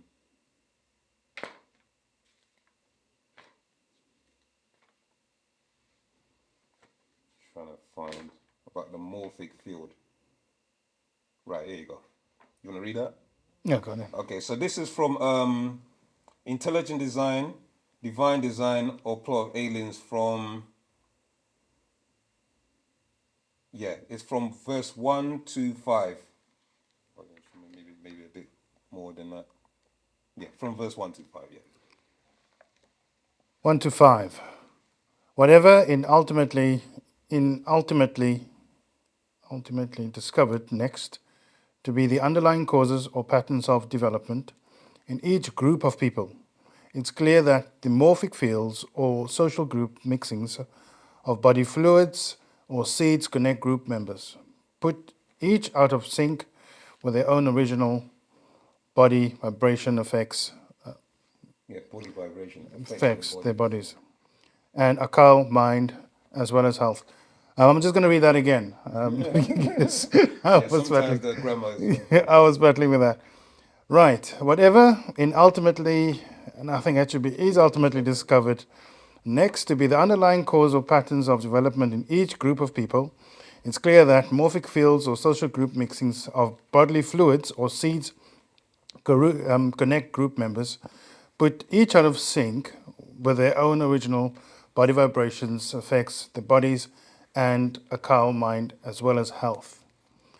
Even when separated or far apart and provided channels of communication affecting the genome at a distance, no matter how far away you are from your own race, you are still linked, even your Salafu ancestors who have crossed over or aliens who mix their DNA with yours, such as in the case of the Africans, those Natharu overseers from Saach Orion star system and Sabat Sirius star system. Our own Salafu ancestors can communicate with you if you learn how to attune your Hatat body frequencies with theirs, just like in Namazu prayer and Ramnum chanting. And who you kiss, have sex with, birth children by, affects your whole Rabatu Tanwuhu. 4 generations to come, just as your own past 4 generations can affect you.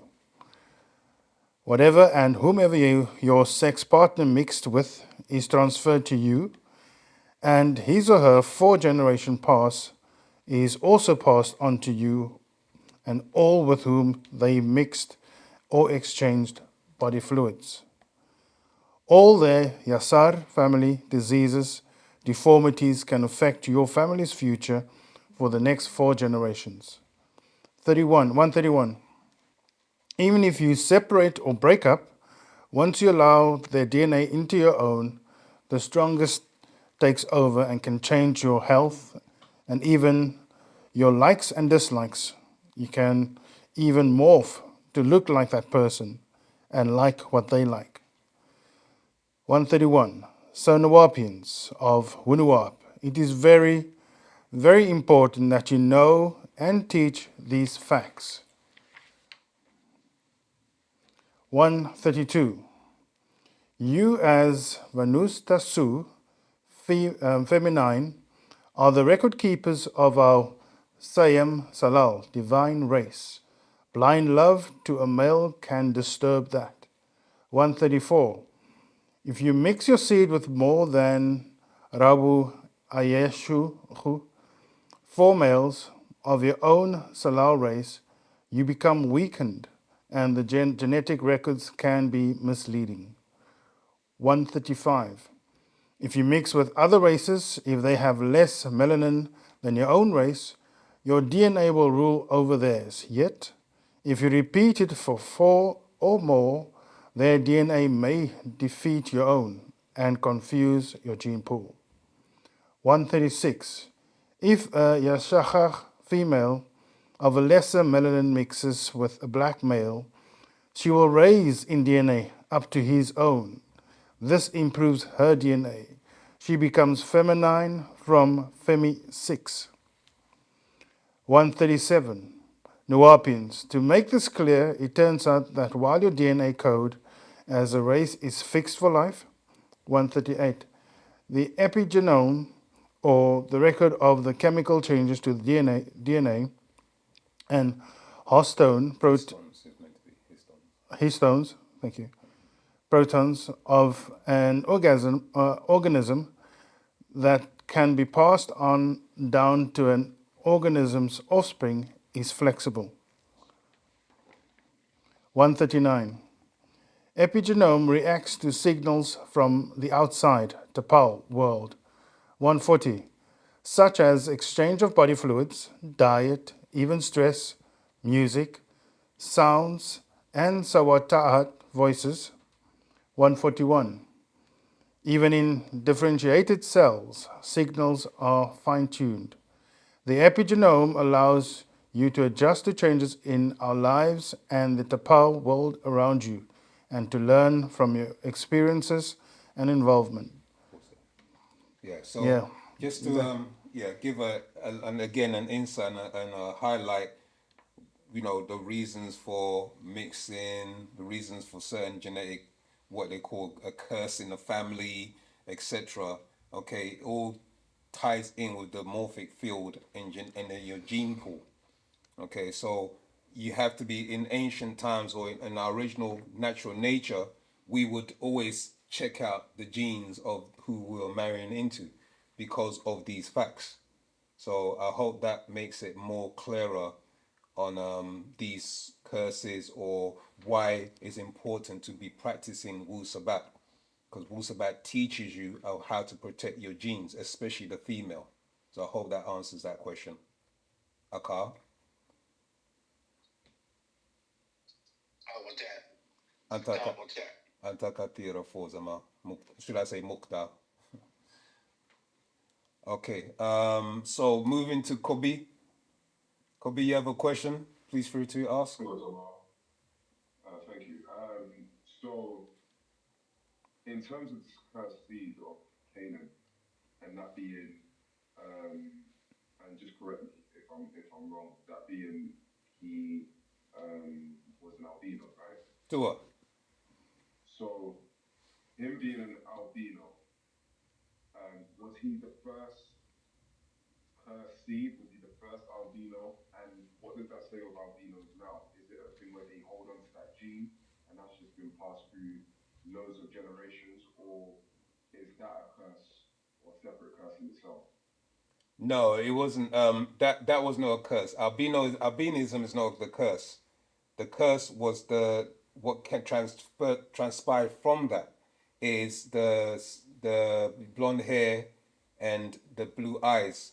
As we know, that was that Pleiadian gene that was triggered. You with me? The reason why for the triggering of the Pleiadian gene is because when you listen to an actual fact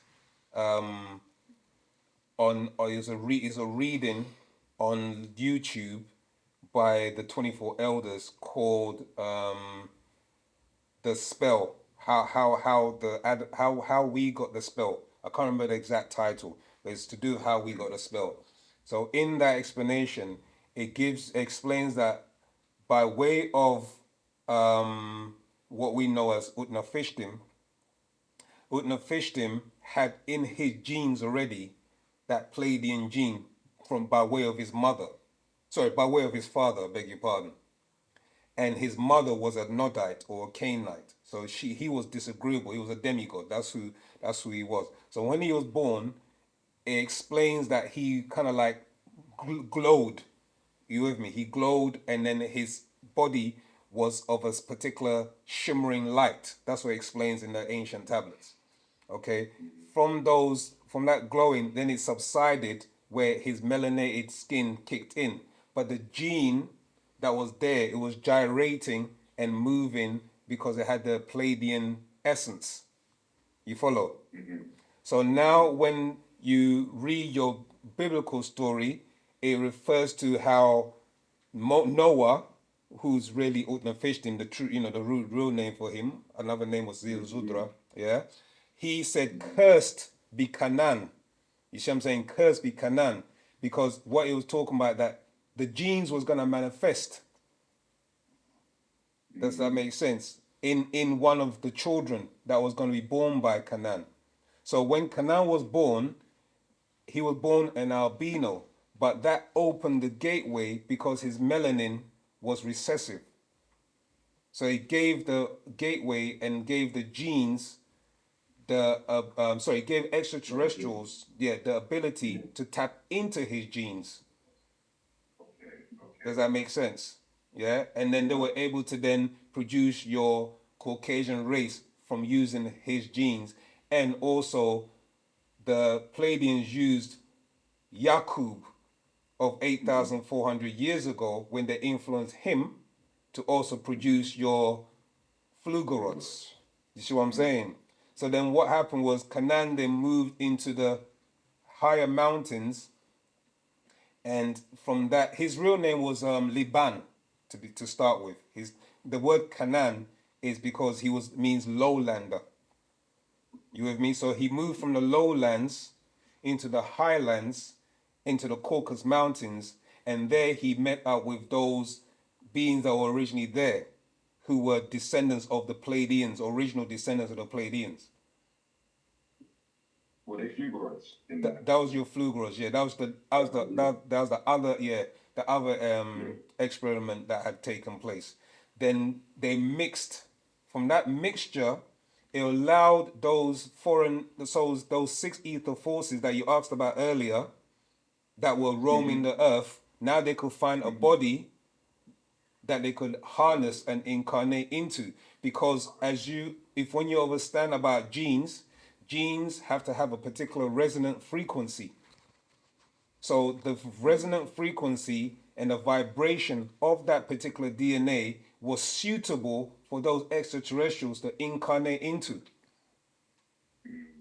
You see what I'm saying? And then they housed those bodies of the children of Canaan, the 11 tribes. Then that's where we gave birth to the 11 tribes of Canaan, which was your Jebusites, your Hittites, your Amorites, etc. So, you move it to Genesis chapter 15, it talks about the iniquities of the Amorite and how he's going to take the children of Abraham into a strange land that was not theirs for 400 and be afflicted for 400 years.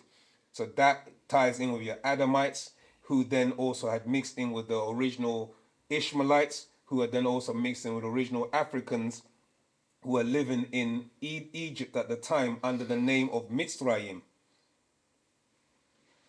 You follow?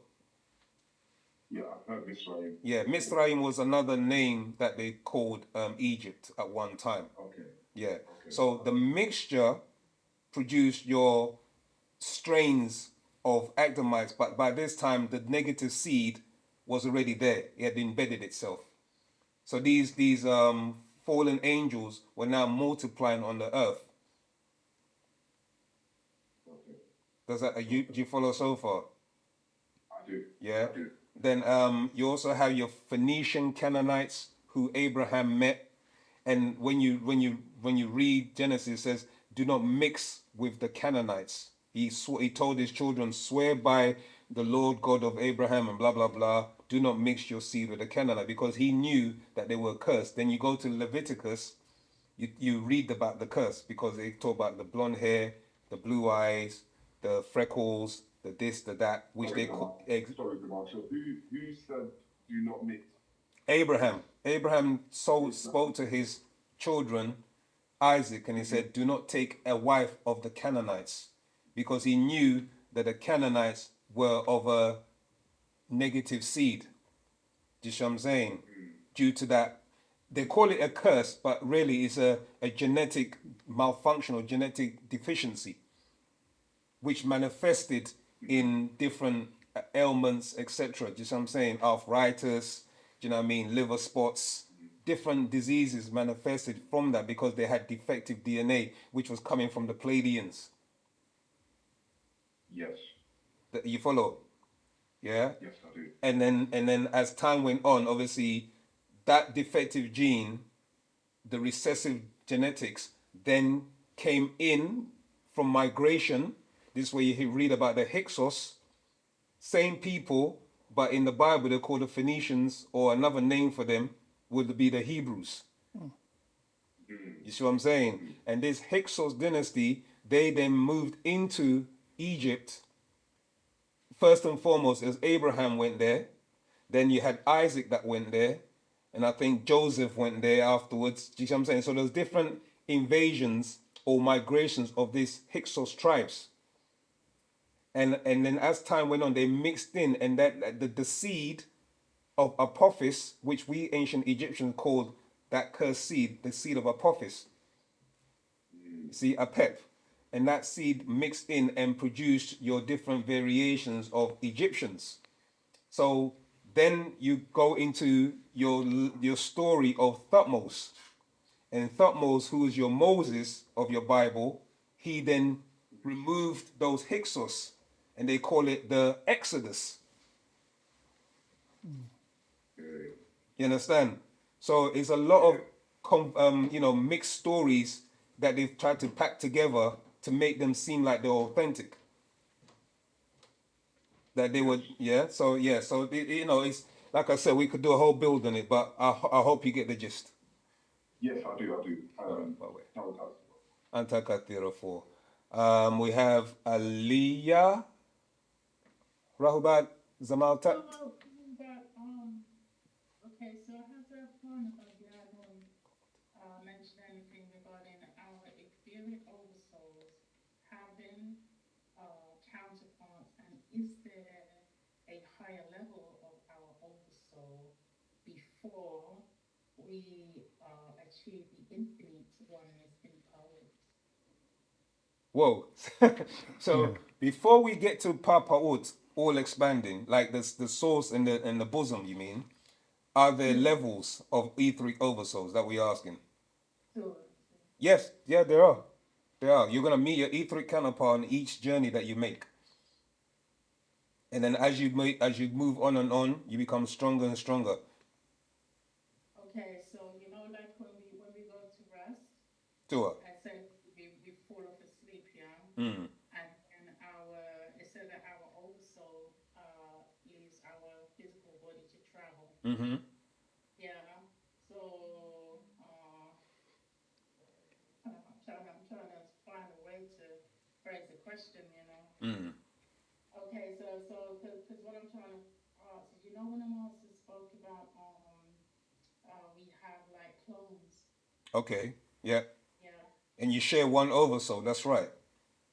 Okay, so Yeah. then we rest, we lay to rest, and then our oversoul leaves the physical body to travel. Mm-hmm. That particular oversoul, is that just one and one only, or does that oversoul still yet again have additional oversoul Your counterpart? ultimately your oversoul's linked into your overseers, Panataru. Okay, Do you okay, see what I'm saying? But your spiritual being, your astral being travels. That's what astral projects. That's your spirit and your soul. That can leave. But your oversoul is shared. So imagine like you've got like an umbrella. Do you see what I'm saying? And you got like subsidiaries. Do you see what I'm saying? Like, there's sub levels of this umbrella. So you have one being here, another being there, but you're all sharing okay, one oversoul. okay, Yeah. okay, okay. See what I'm That saying? makes sense. Antakatira for. Okay. Huawei. Okay. I've got a quick question. Huawei. Yeah, greetings, Robert. Rahuba Um, Sakamta. yeah. You know when you were talking about Noah Tua. and Abraham, Mm-hmm. are we talking about Hindus? We're talking about Dravidians who have, yeah, you're talking about not Hindus as such, you're talking about Adamites were a combination of your Hindus and your Pataites that produced your Dravidians. Do you see what I'm saying?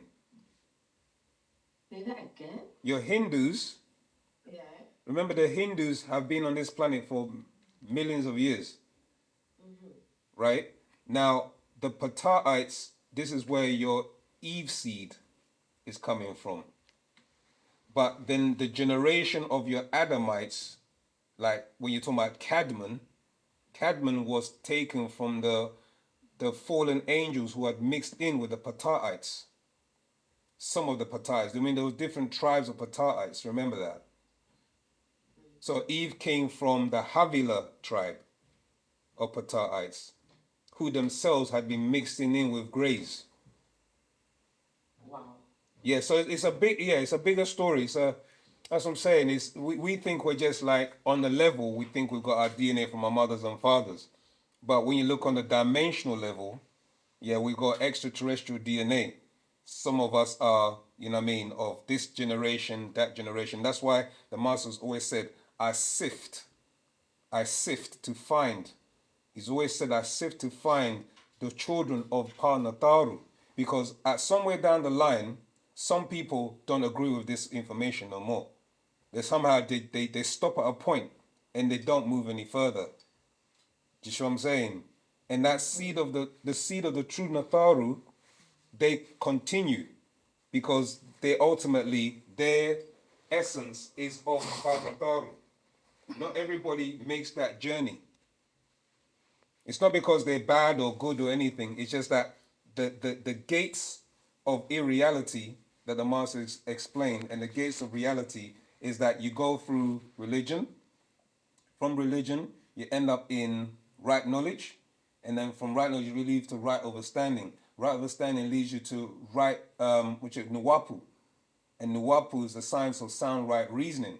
So once you become an advocate of sound right reasoning, you open up your mental faculties to allow nine ether forces who are Pamrazaku and Ariskians to work through you.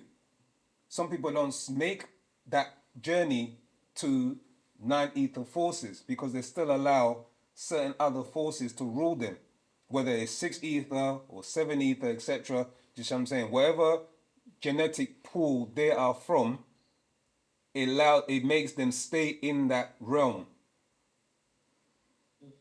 You see, but you who are of Nagaru or Riskian or Nataru Marazaku, when we read Dimensional Shift again, you realize that he's talking about that those, if you want to make it back to the Orion star system and the Sirius star system, back to Risk, you see what I'm saying, your true home, then you will be turned inside out and transformed to become an Etherean.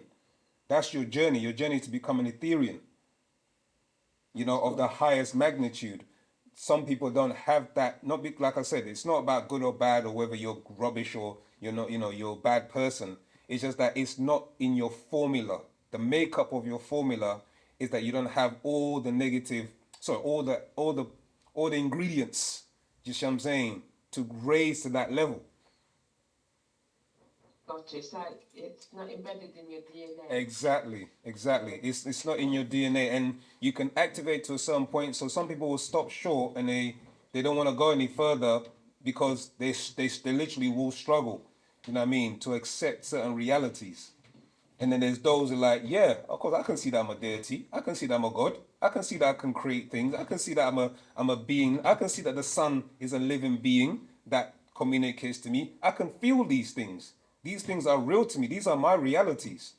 You see what I'm saying? I can see that I lived in 9 pockets of the universe and was creating dimensions before I incarnated into flesh. I can see those things because my mind's eye and my DNA, it resonates with this reality. You see, and there's some that just struggle with that reality. Like, nah, I can't be a god. Do you know what I mean?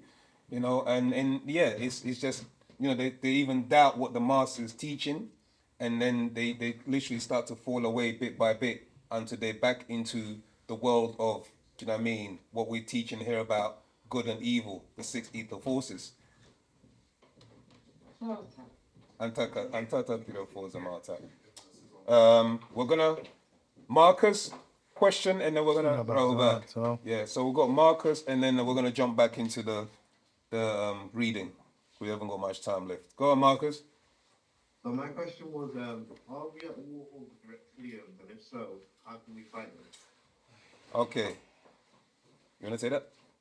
No. Okay. There's various species of reptilians. So, specifically, there's some known as the Luciferians, who we are well with, and the war is a mental and spiritual war.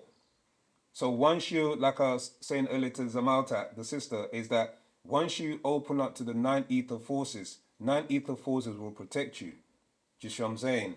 Because your frequency is of them. And what these extraterrestrials recognize, because you're going into another galactical, again, I don't know if you started the beginning of the class, we read from Dimensional Shift, that there was, so there was different species of extraterrestrials. The highest species or the highest form of extraterrestrial are the 9 ether beings, known as the Etherians or Razaku, the Riskians. Okay, they incarnate into physical form on their planet, but essentially they are our Etherians, they're energy beings. These energy beings, they exist in the pockets, the darkness or the womb of the universe, the mental. They exist in the mental, and when they need to manifest, they manifest. Do you see what I'm saying? By way of, the formulas that they require. And it can be on any planet or any environment, they can manifest. But they choose to reside in the mental realm. So those are your ancestors. They are mental beings. So you are connected to them. Your divinity is connected to them by mind. But we've forgotten that, and we feed the physical. But we're 9 ether beings, and 9 ether is the highest mental faculty that you can have.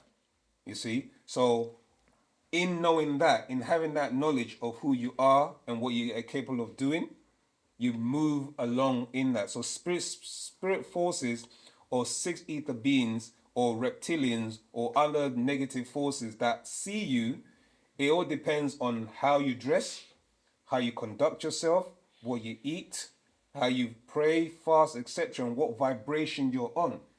Okay, because just like a lion only smells your fear, or a carnivorous creature will smell your fear or detect your fear. If you are able to change your frequency, most of the time, like a dog, do you know what I mean? A dog will be growling at you, but if you're calm and relaxed and you do certain manners, the dog will calm down. You with me? Unless it's a unless it's a possessed dog, then you're in trouble.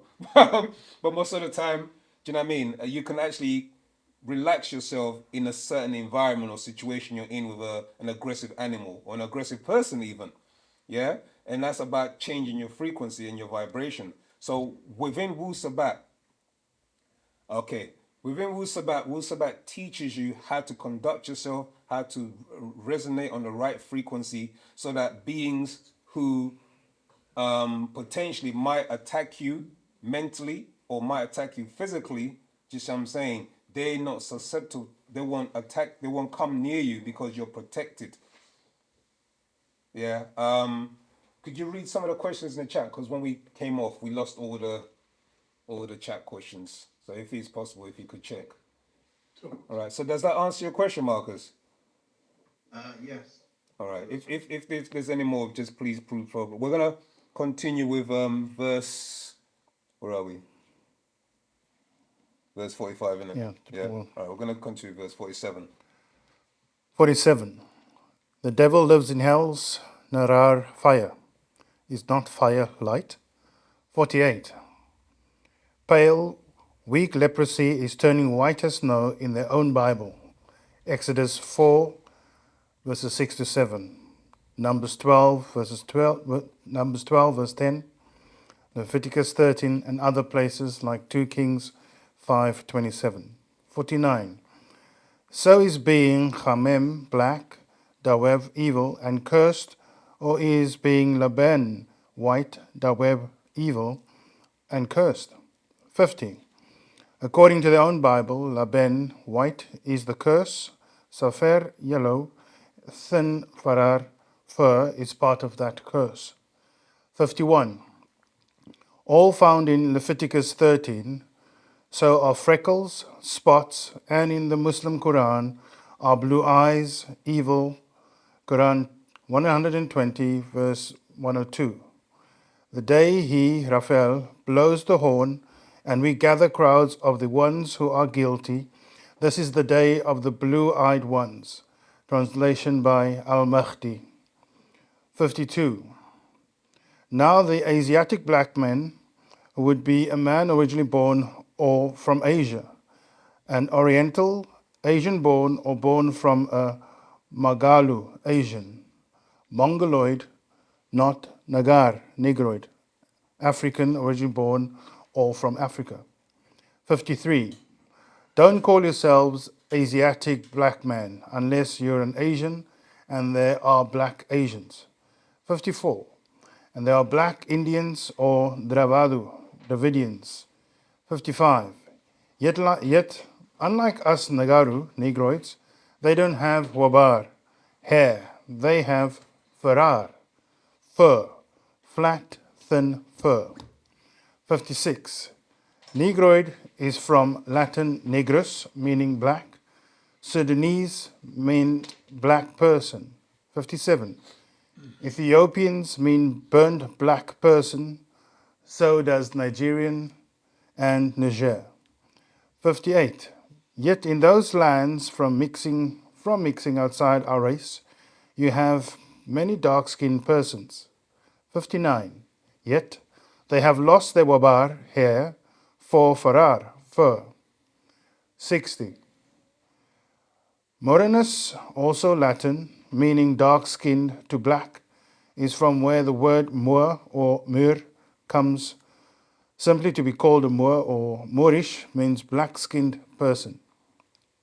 61. Also, again after much mixing with Arabians, Turks, and Spaniards, these Moors became mixed and many lost their wabar, hair, our race's uniqueness. 62. Afafre, Kau, Africans, Negaru, Negroids are the only people on the Tahach earth with nappy, kinky, woolly hair, ones with wabar, hair. 63. All others and animals and beasts have farar, fur. 64. To be a true African Negroid is to be unique. 65. The one true God of Pa Kawak Dachach, the planet Earth. 66. Look where it starts. 67. Let's look at the Laben White or Pale Man's Christian Bible, John chapter 1, verse 1. 68. It says, in the beginning was the Word. First, let's go back to the beginning of the Bible and see what that word they call logos, Greek Strong's 3056, was what this word, who said it. Greek Strong's in 3056, from the Greek Strong's 3004, lego, and in Greek it's lego, meaning to utter, relay, speech, spoken word, to say, speak. 69.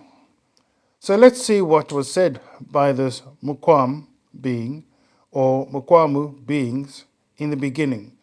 Genesis 1, verse 1, to show is in the beginning. According to them, it says, in the beginning, God, Hebrew Strong's 430, Elohim, gods, judges create the heavens and earth.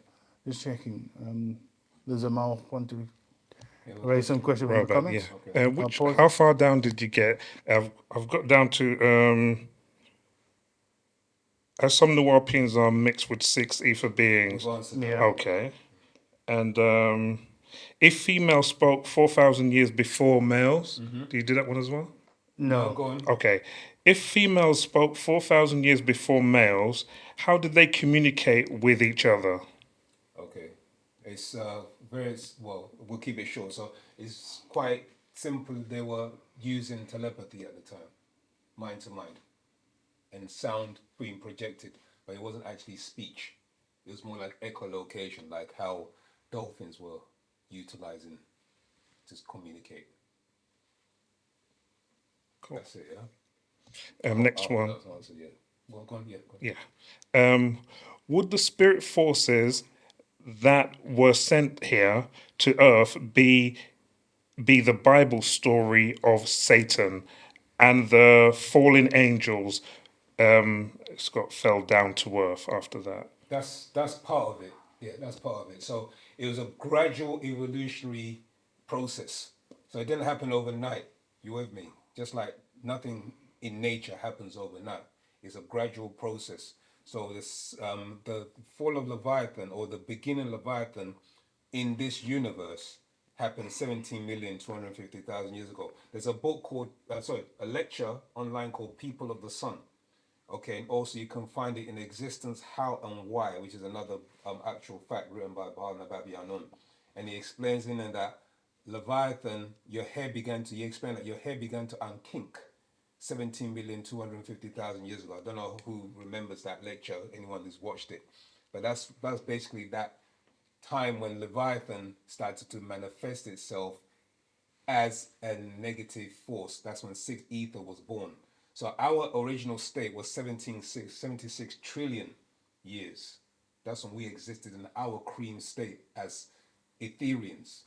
Then as we manifested into this realm and lived many, many cycles, the birth of unnatural nature was the birth of 6 ether forces. And that happened 17,250,000 years ago. You follow? Sure. Next one is another question is, hold on. Okay. When will the reptilians' rule end, and will the shift allow us to see them in their true form when we encounter them? Are you sure you want to see them in their true form? They're 9-foot beings. I don't think you want to be seeing them in their true form. But the extraterrestrials, the beings that have the ability to they shapeshift. That's what we need to. The masters always explain that it's potentially they can come in their own form, but they have managed to have skin suits and mixed in with human beings. And what they've done is they've managed to influence their children, these demigods, to have institutions where they can collect body parts or create human banks for food. So you have your wars. The wars that's going on now, these are six ether forces that are creating these wars because they know that their food source, whether alive or dead, is what they can use, just what I'm saying, to take back to their where they come from or their origin. So these reptilians, they are using more sophisticated ways than just coming and appearing to scare the living daylights out of you and then to consume you when they can manipulate human beings to do that for them.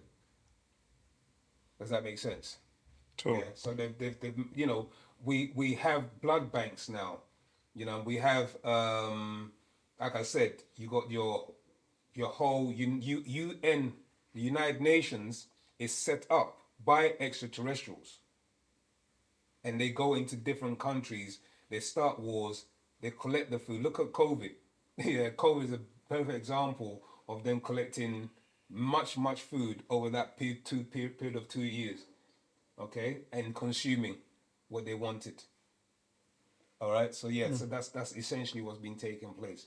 But I personally don't want to see a 9-foot extraterrestrial chasing after me. Last two. Actually, the first one's in three parts. Is the soul tangible? Is the soul a tangible thing? If so, what? Also, can the soul be made? Okay, the soul is as tangible as water is to water. So if you're in that vibrational state, I'm flesh right now. So flesh because I'm a condensed form of light. Because really and truly, until you can confirm my existence, I have to touch you.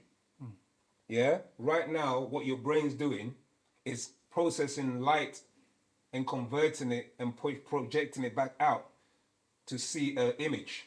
Do you see what I'm saying? Based on the forces of nature or the forces that are within this realm. So until I touch you and I'm tangible to you, because I'm on the same vibrational frequency as you. So just like with molecules, they attach themselves to each other because in their realm of existence, they're as tangible to each other. So the soul is tangible in its realm or in its vibrational frequency. Does that make sense? Okay, and what's the Cool. other part to it? Also, can the soul be made? Right. The soul is not made, the soul is grown. Okay, where can I let me see if I can. Have we got natural ether energy? Yeah. If you get natural ether energy, I can read that. But in the meantime, while the brother's getting the book, if trying to find the book, we'll continue. Absolutely. So it was Elohim in the beginning, 71. That is a group, and one of the Elohim is called El. Hebrew Strong's 410, meaning God. 72. As you read in Psalms 82, verse 1, God's Hebrew Strong's 430, God standeth in the congregation of the Almighty El. Hebrew Strong's 410. God, he judges among the gods, Elohim, Hebrew Strong's 430. 73. So you see both the plural used as Hebrew Strong's 430, Elohim, gods, and the single used as in Hebrew Strong's 410, El, God. 74. Now let's return to Genesis chapter 1 to see this. 75. As it happened in the beginning, Genesis chapter 1 verse 2, and the earth was without form and void, and darkness was upon the face of the deep, and the Spirit. Hebrew Strong's 7307. Ruach, meaning soul, breath, wing, spirit, ghost. 76. And it's the exact same word used in the Muslims' Quran 15, verse 29. Breathe into him my spirit. 17, verse 85, meaning soul, breath, wind, spirit, ghost. So you see, it's soul, breath, wind, ghost, or spirit. 78. Now let's return to Genesis 1, verse 2. And the spirit, soul, ghost, breath of Elohim, gods, moved upon the face of the waters. 79. So one of the Elohim, gods, moved upon the face of the waters. 80. So one of the Elohim, gods, as a soul, ghost, spirit, breath, came down to earth, which was covered with water, and it was dark. 81. This Elohim, as one was an El, God. 82. This El or God was called Ruach in Hebrew or in Arabic. Ruach and later called Yahweh, Jehovah, or Jah Hebrew in Hebrew Strong's 3068, meaning existence, live, alive, from Hayach Hebrews Strong's 1961, meaning being became alive. 83. So this El called Ruach. Just to let you know that you're muted again on Clubhouse. Thank you, Zamal. Right. Total Saga, yeah. Okay. 83. So this El called Ruach, became to Yahweh or Lord. 84. So they called him the Lord God, which in fact in Hebrew is Yahweh Elohim, living one of the gods, existing one of the gods who came down to earth. 85. Now back to Genesis 1. The beginning to see what that word was that was spoken by this Lord God, or Lord of the gods, as he was called in John 1, verse 1. The word, or the word of God, or gods. 86. Now in flesh, breathing, wind, breath. 87. Now read Genesis 1, verse 3, and it says, And God said, Let there be light. 88. So this El of the Elohim spoke to the Elohim who sent him to earth and asked them to turn on the light so that he could see in the darkness. 89. Remember what Genesis 1 verse 2 said. And void darkness, ... so he could not see. Verse 90. Remember what, and asked for the light. As you know, back then there was no such thing as electricity, no electric lights of any kind, only narar, fire, or sunlight, and the achach, moon, did not exist yet. 91. And no spiritual knowledge was taught yet. 92. So it's not light as knowledge yet. 93. Because no man or woman, according to this Bible, existed yet to teach knowledge as light. 94. So it could only be fire as illumination. Remember Nawapians, we know better. 95. This is according to Abrahamism, religion, Mosesism. You came in briefly after you came back in on Clubhouse, and then it went again a second. Okay. Okay, Total, so I'll leave again and go back in. Right, Total. No, you're back on Clubhouse now. Oh, okay, Huawei. Come back in. You gotta come back in. All right. Can I be heard? Talk. Oh, okay, Huawei. Okay. Right. 95. This is according to Abrahamism's religion, Mosesism, Jesusism, and Muhammadism. 96. So this incarnated El, or Elohim, called Yahweh, asked for light, or Hebrew Strong's 215 to 216, meaning illumination, lighting, brightness, kindle, fire, shine, light. Verse 97. So you see, it's fire or illumination, which he asked then to shine forth. 98. So that he could see in the darkness. 99. So return back to John 1 verse 1. Verse 100. In the beginning was the Word, Logos, Greek Strong's 3056, from the Hebrew word dabar, Hebrew Strong's 1696 to 1697, meaning spoken, a word, words to speak. 101. So you can see it was a spoken word. 102. He spoke out and asked for light, fire. 103. So the word in the beginning is Oer, fire, light, and the word was with, or said to be, or said the gods Elohim, or in the Greek Theos, of the Theoi, Yahweh, of the Elohim, or El, of the Elohim. 104. And later they say, John 1 verse 14, and the word was made flesh. Sark's Greek Strong's 4561 to 4563, meaning flesh, skin, meat, human nature, human being. 105. So as you read the fire, light was made into flesh, just as it says about another being, 2 Corinthians 11 verse 14. And no marvel, for Satan himself is transformed into an angel of light. So these beings were fire, light, that come down to earth, made, transformed into skin. Translation by King James. 106. These angels are good and bad ones, as you read in Job 1 6 to 7. Now there was a day when the sons of God came to present themselves before the Lord, and Satan came also among them. 7 and I think it's when you leave I think. Do you know what? Because Yeah. I think I know what's happening, but I'll leave and come back. Try again.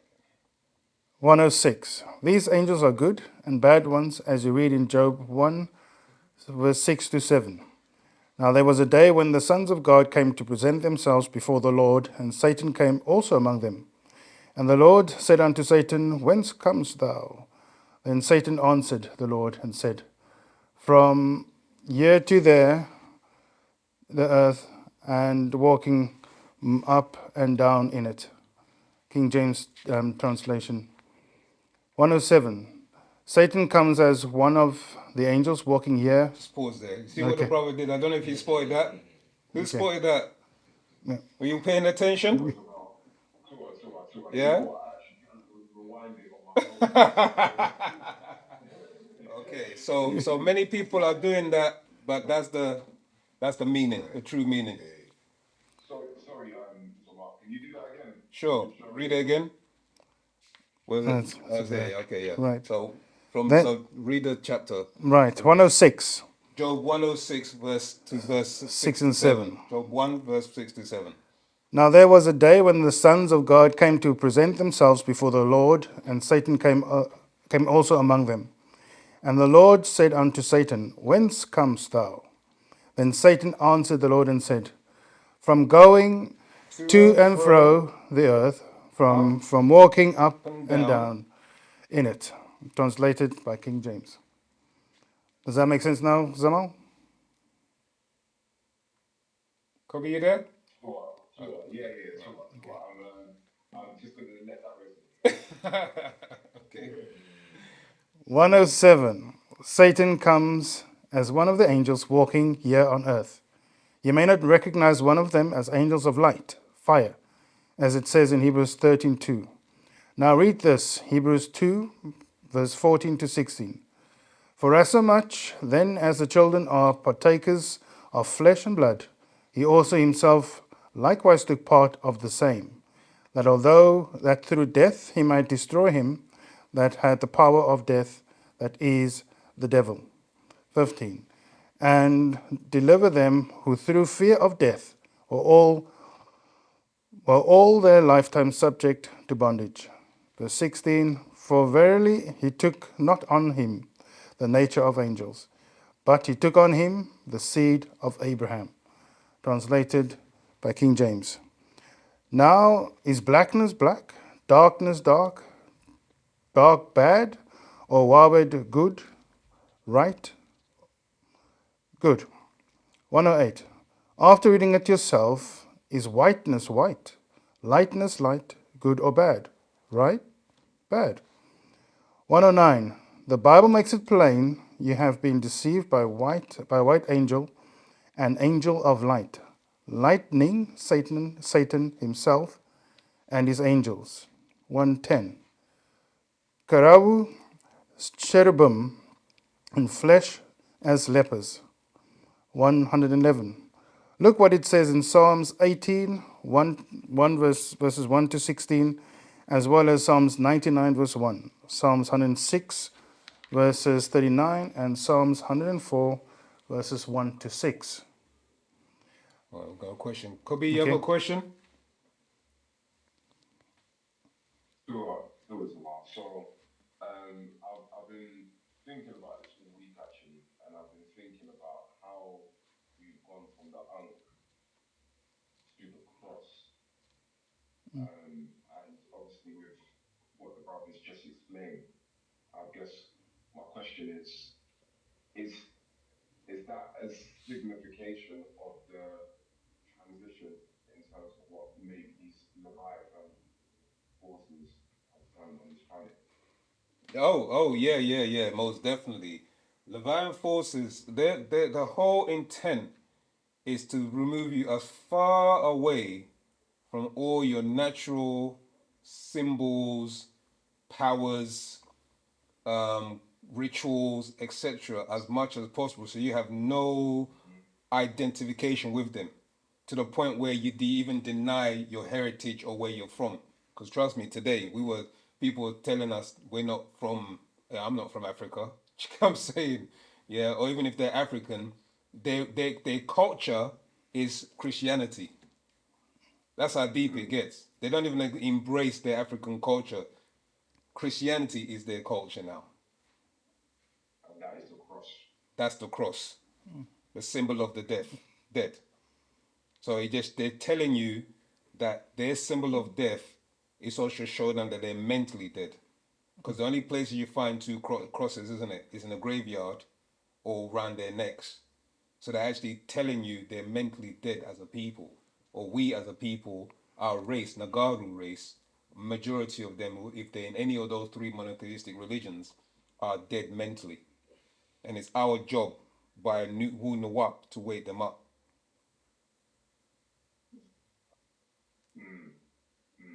Yeah. But what you're saying, brother, like this mission, like I think the more I got into this doctrine and even understanding things like this, and then just looking out into real life and see what's really happening, I think this mission is very, very, it's powerful, but it's like it's incredible for Africans. It's like especially amongst our own people, because especially amongst our own people, people wear crosses and even tattoo crosses on them and all these things without knowing this information. That's right. But then now it's even to a point where if I was to confront someone, that I know loads of people with that kind of tattoo, so if I was to confront them and say this, instantly they're gonna fight me on it. That's right. Let me stick a pin in there. Let me just funny because I'm just literally turned to a page where it says I read this from verse 1:4. This is from the mind's eye. Right. Verse 147. The same with we'll read it intermittently. The same with all the other lies in their Bibles and Quran, monsters, demons, devils, dragons, fish people, unicorn, half goat, half man, giant, and the list is long from their God. Verse 148. You choose to avoid Wunawap, facts, for fictions. Fate you replace with faith, foolishness, nonsense in place of truth. Wu Nawab is here to eliminate the lies of the liars. Verse 150. Go ahead.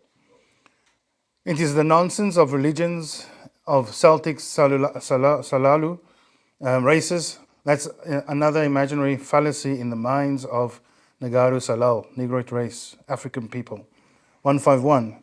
You see, Open people such as Nagaru, Negroids, or trusting people seem to love and prefer lies, mythology, fiction, spookism, and mystery over reality, and confirmations over truth things that they can see, that they can touch. Verse 152. They seem to love myths, such as what the Bible and Quranic religions teach, and many others, be they in books, cinemas, TV, or religion.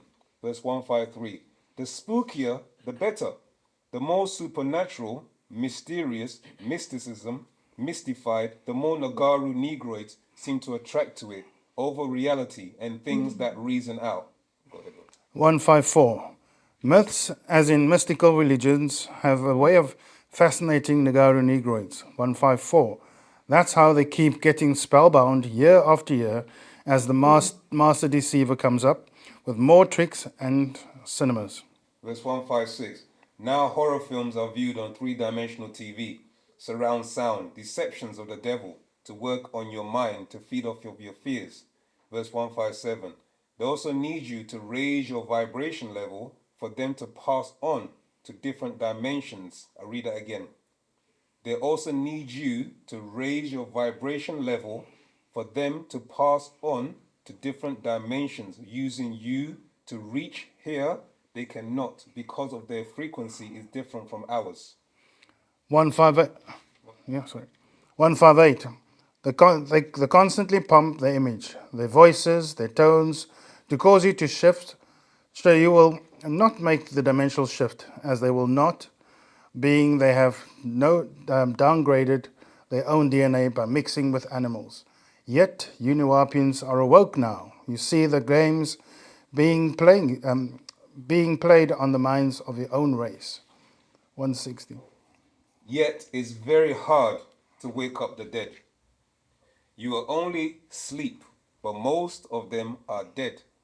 You had enough insight, inner vision, intelligent, or some of those 27 telling you inside, wake up, time has come. Pa Munzar, the warner, has incarnated. Verse 162. You heard my voice and knew that's the warner. So you're escaping the spell of ignorance or sleep. Pa Nawam. 163. By way of Wunuwap, our way of life, you are facing the facts, the real world. 164. The dead follow the dead, the living follow those who are alive. 165. You are alive, use your mind. You no longer seek to be unrealistic. We got someone's washing machine or belly going churning away somewhere. If someone could mute their mic, please. Right. Okay, where are we? So you're at 166. 166. You no longer seek to be unrealistic. Your idols are of your own. Your models of your own. Your idea of worship is in your own image. What 168? 168. Your morals are guided by your own holy scripture, this Patarak, the way, revealed to you for you. 169. You gave up impractical and you gave up impractical, out of reach goals laid out for Kakasu, Caucasoids, not your race, things you can accomplish as an Afafreye Kau, African. They created false hopes. You have a real way of life, a culture. You come from the best and richest part of this Kawak Taha, planet Earth. Africa, as an African. 172. You were misplaced, so it seemed you were nothing and no one until Wunua found you. Found you, sleep, and woke you to what and who you really are, the gods of all other Salah races. Leave it there. Yeah. Okay. We'll leave it there. Yeah. So, this is what white is good, black is evil, or other way around. Yeah, black is evil, white is good. This is what it's done. Is pump that kind of thing into our mind's eye, so we literally dismiss anything to do who we are. Right, we've been given time to cut off. So, essentially, that is it. If there's any more questions, then we can go further into it. I know time is coming up. Nothing in the chat. Okay, so there's nothing in the chat. Anything on Would brother like? Clubhouse? Brother, you have anything here? Okay, there's something in Clubhouse. Actually, there was one thing in the chat. It wasn't really a question, Okay. but I could read it out anyway. All right, let me jump to this and then read that out, yeah? Sure. So this, according to what you just said, this is from Hana Imana. According to what you just say, everybody is not fit in Wu-Sabat, since some, they don't have that in their DNA.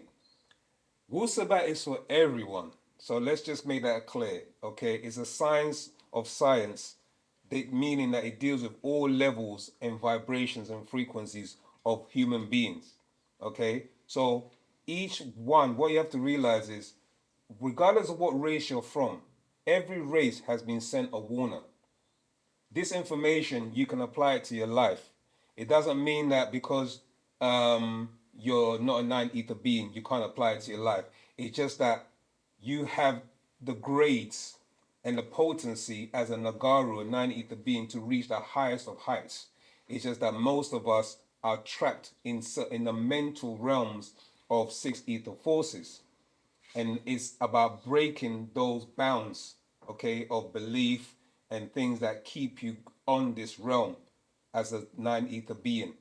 So you have the potential to get there, but unfortunately, many of us are not utilizing our potential as African beings or African people or people of the Nagara race. So Wu-Sabat, I stress again, is the science of science dealing with sciences. And that can be anything from all different races, as long as they embrace what works for them. This is what we keep trying to tell people. We're not all the same. Physiologically, yes, we have got arms, we all had a head, a brain, legs, etc., and we all navigate this planet. But when it gets down into the nitty gritty, as it were, when you look under the skin, we're not all the same. Just what I'm saying. When you go into the energy levels and when you start to study certain things, vibration and frequencies and the energy of the human body, you find that we're not the same. And the thing is, until you start to look into scientific research or papers or knowledge of other things, you will never know this, because you're always going to think that, oh, we're all the same. This is what religion pushes. Oh, we're all the same. God loves us. We should all be the same. But then when you come down to it, is that there's people that don't have a soul, and there's people that do have a soul, and there's people that are from a higher dimensional realm than others. But yet we're put into this one glove fits all approach that religion gives, and then others are being left misguided because they have the potential to go higher. You see what I'm saying? They're taught not to question. That's why when we read from Patarat, you basically are blinded because you want religion. Some people actually want religion and they hold on to that as the crux.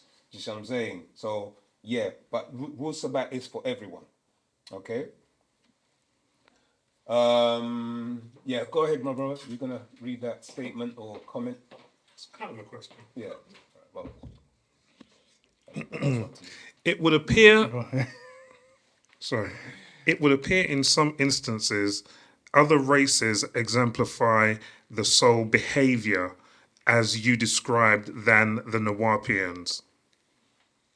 you wanna say that? Yeah, I think I'll just reiterate what Brother Usair said.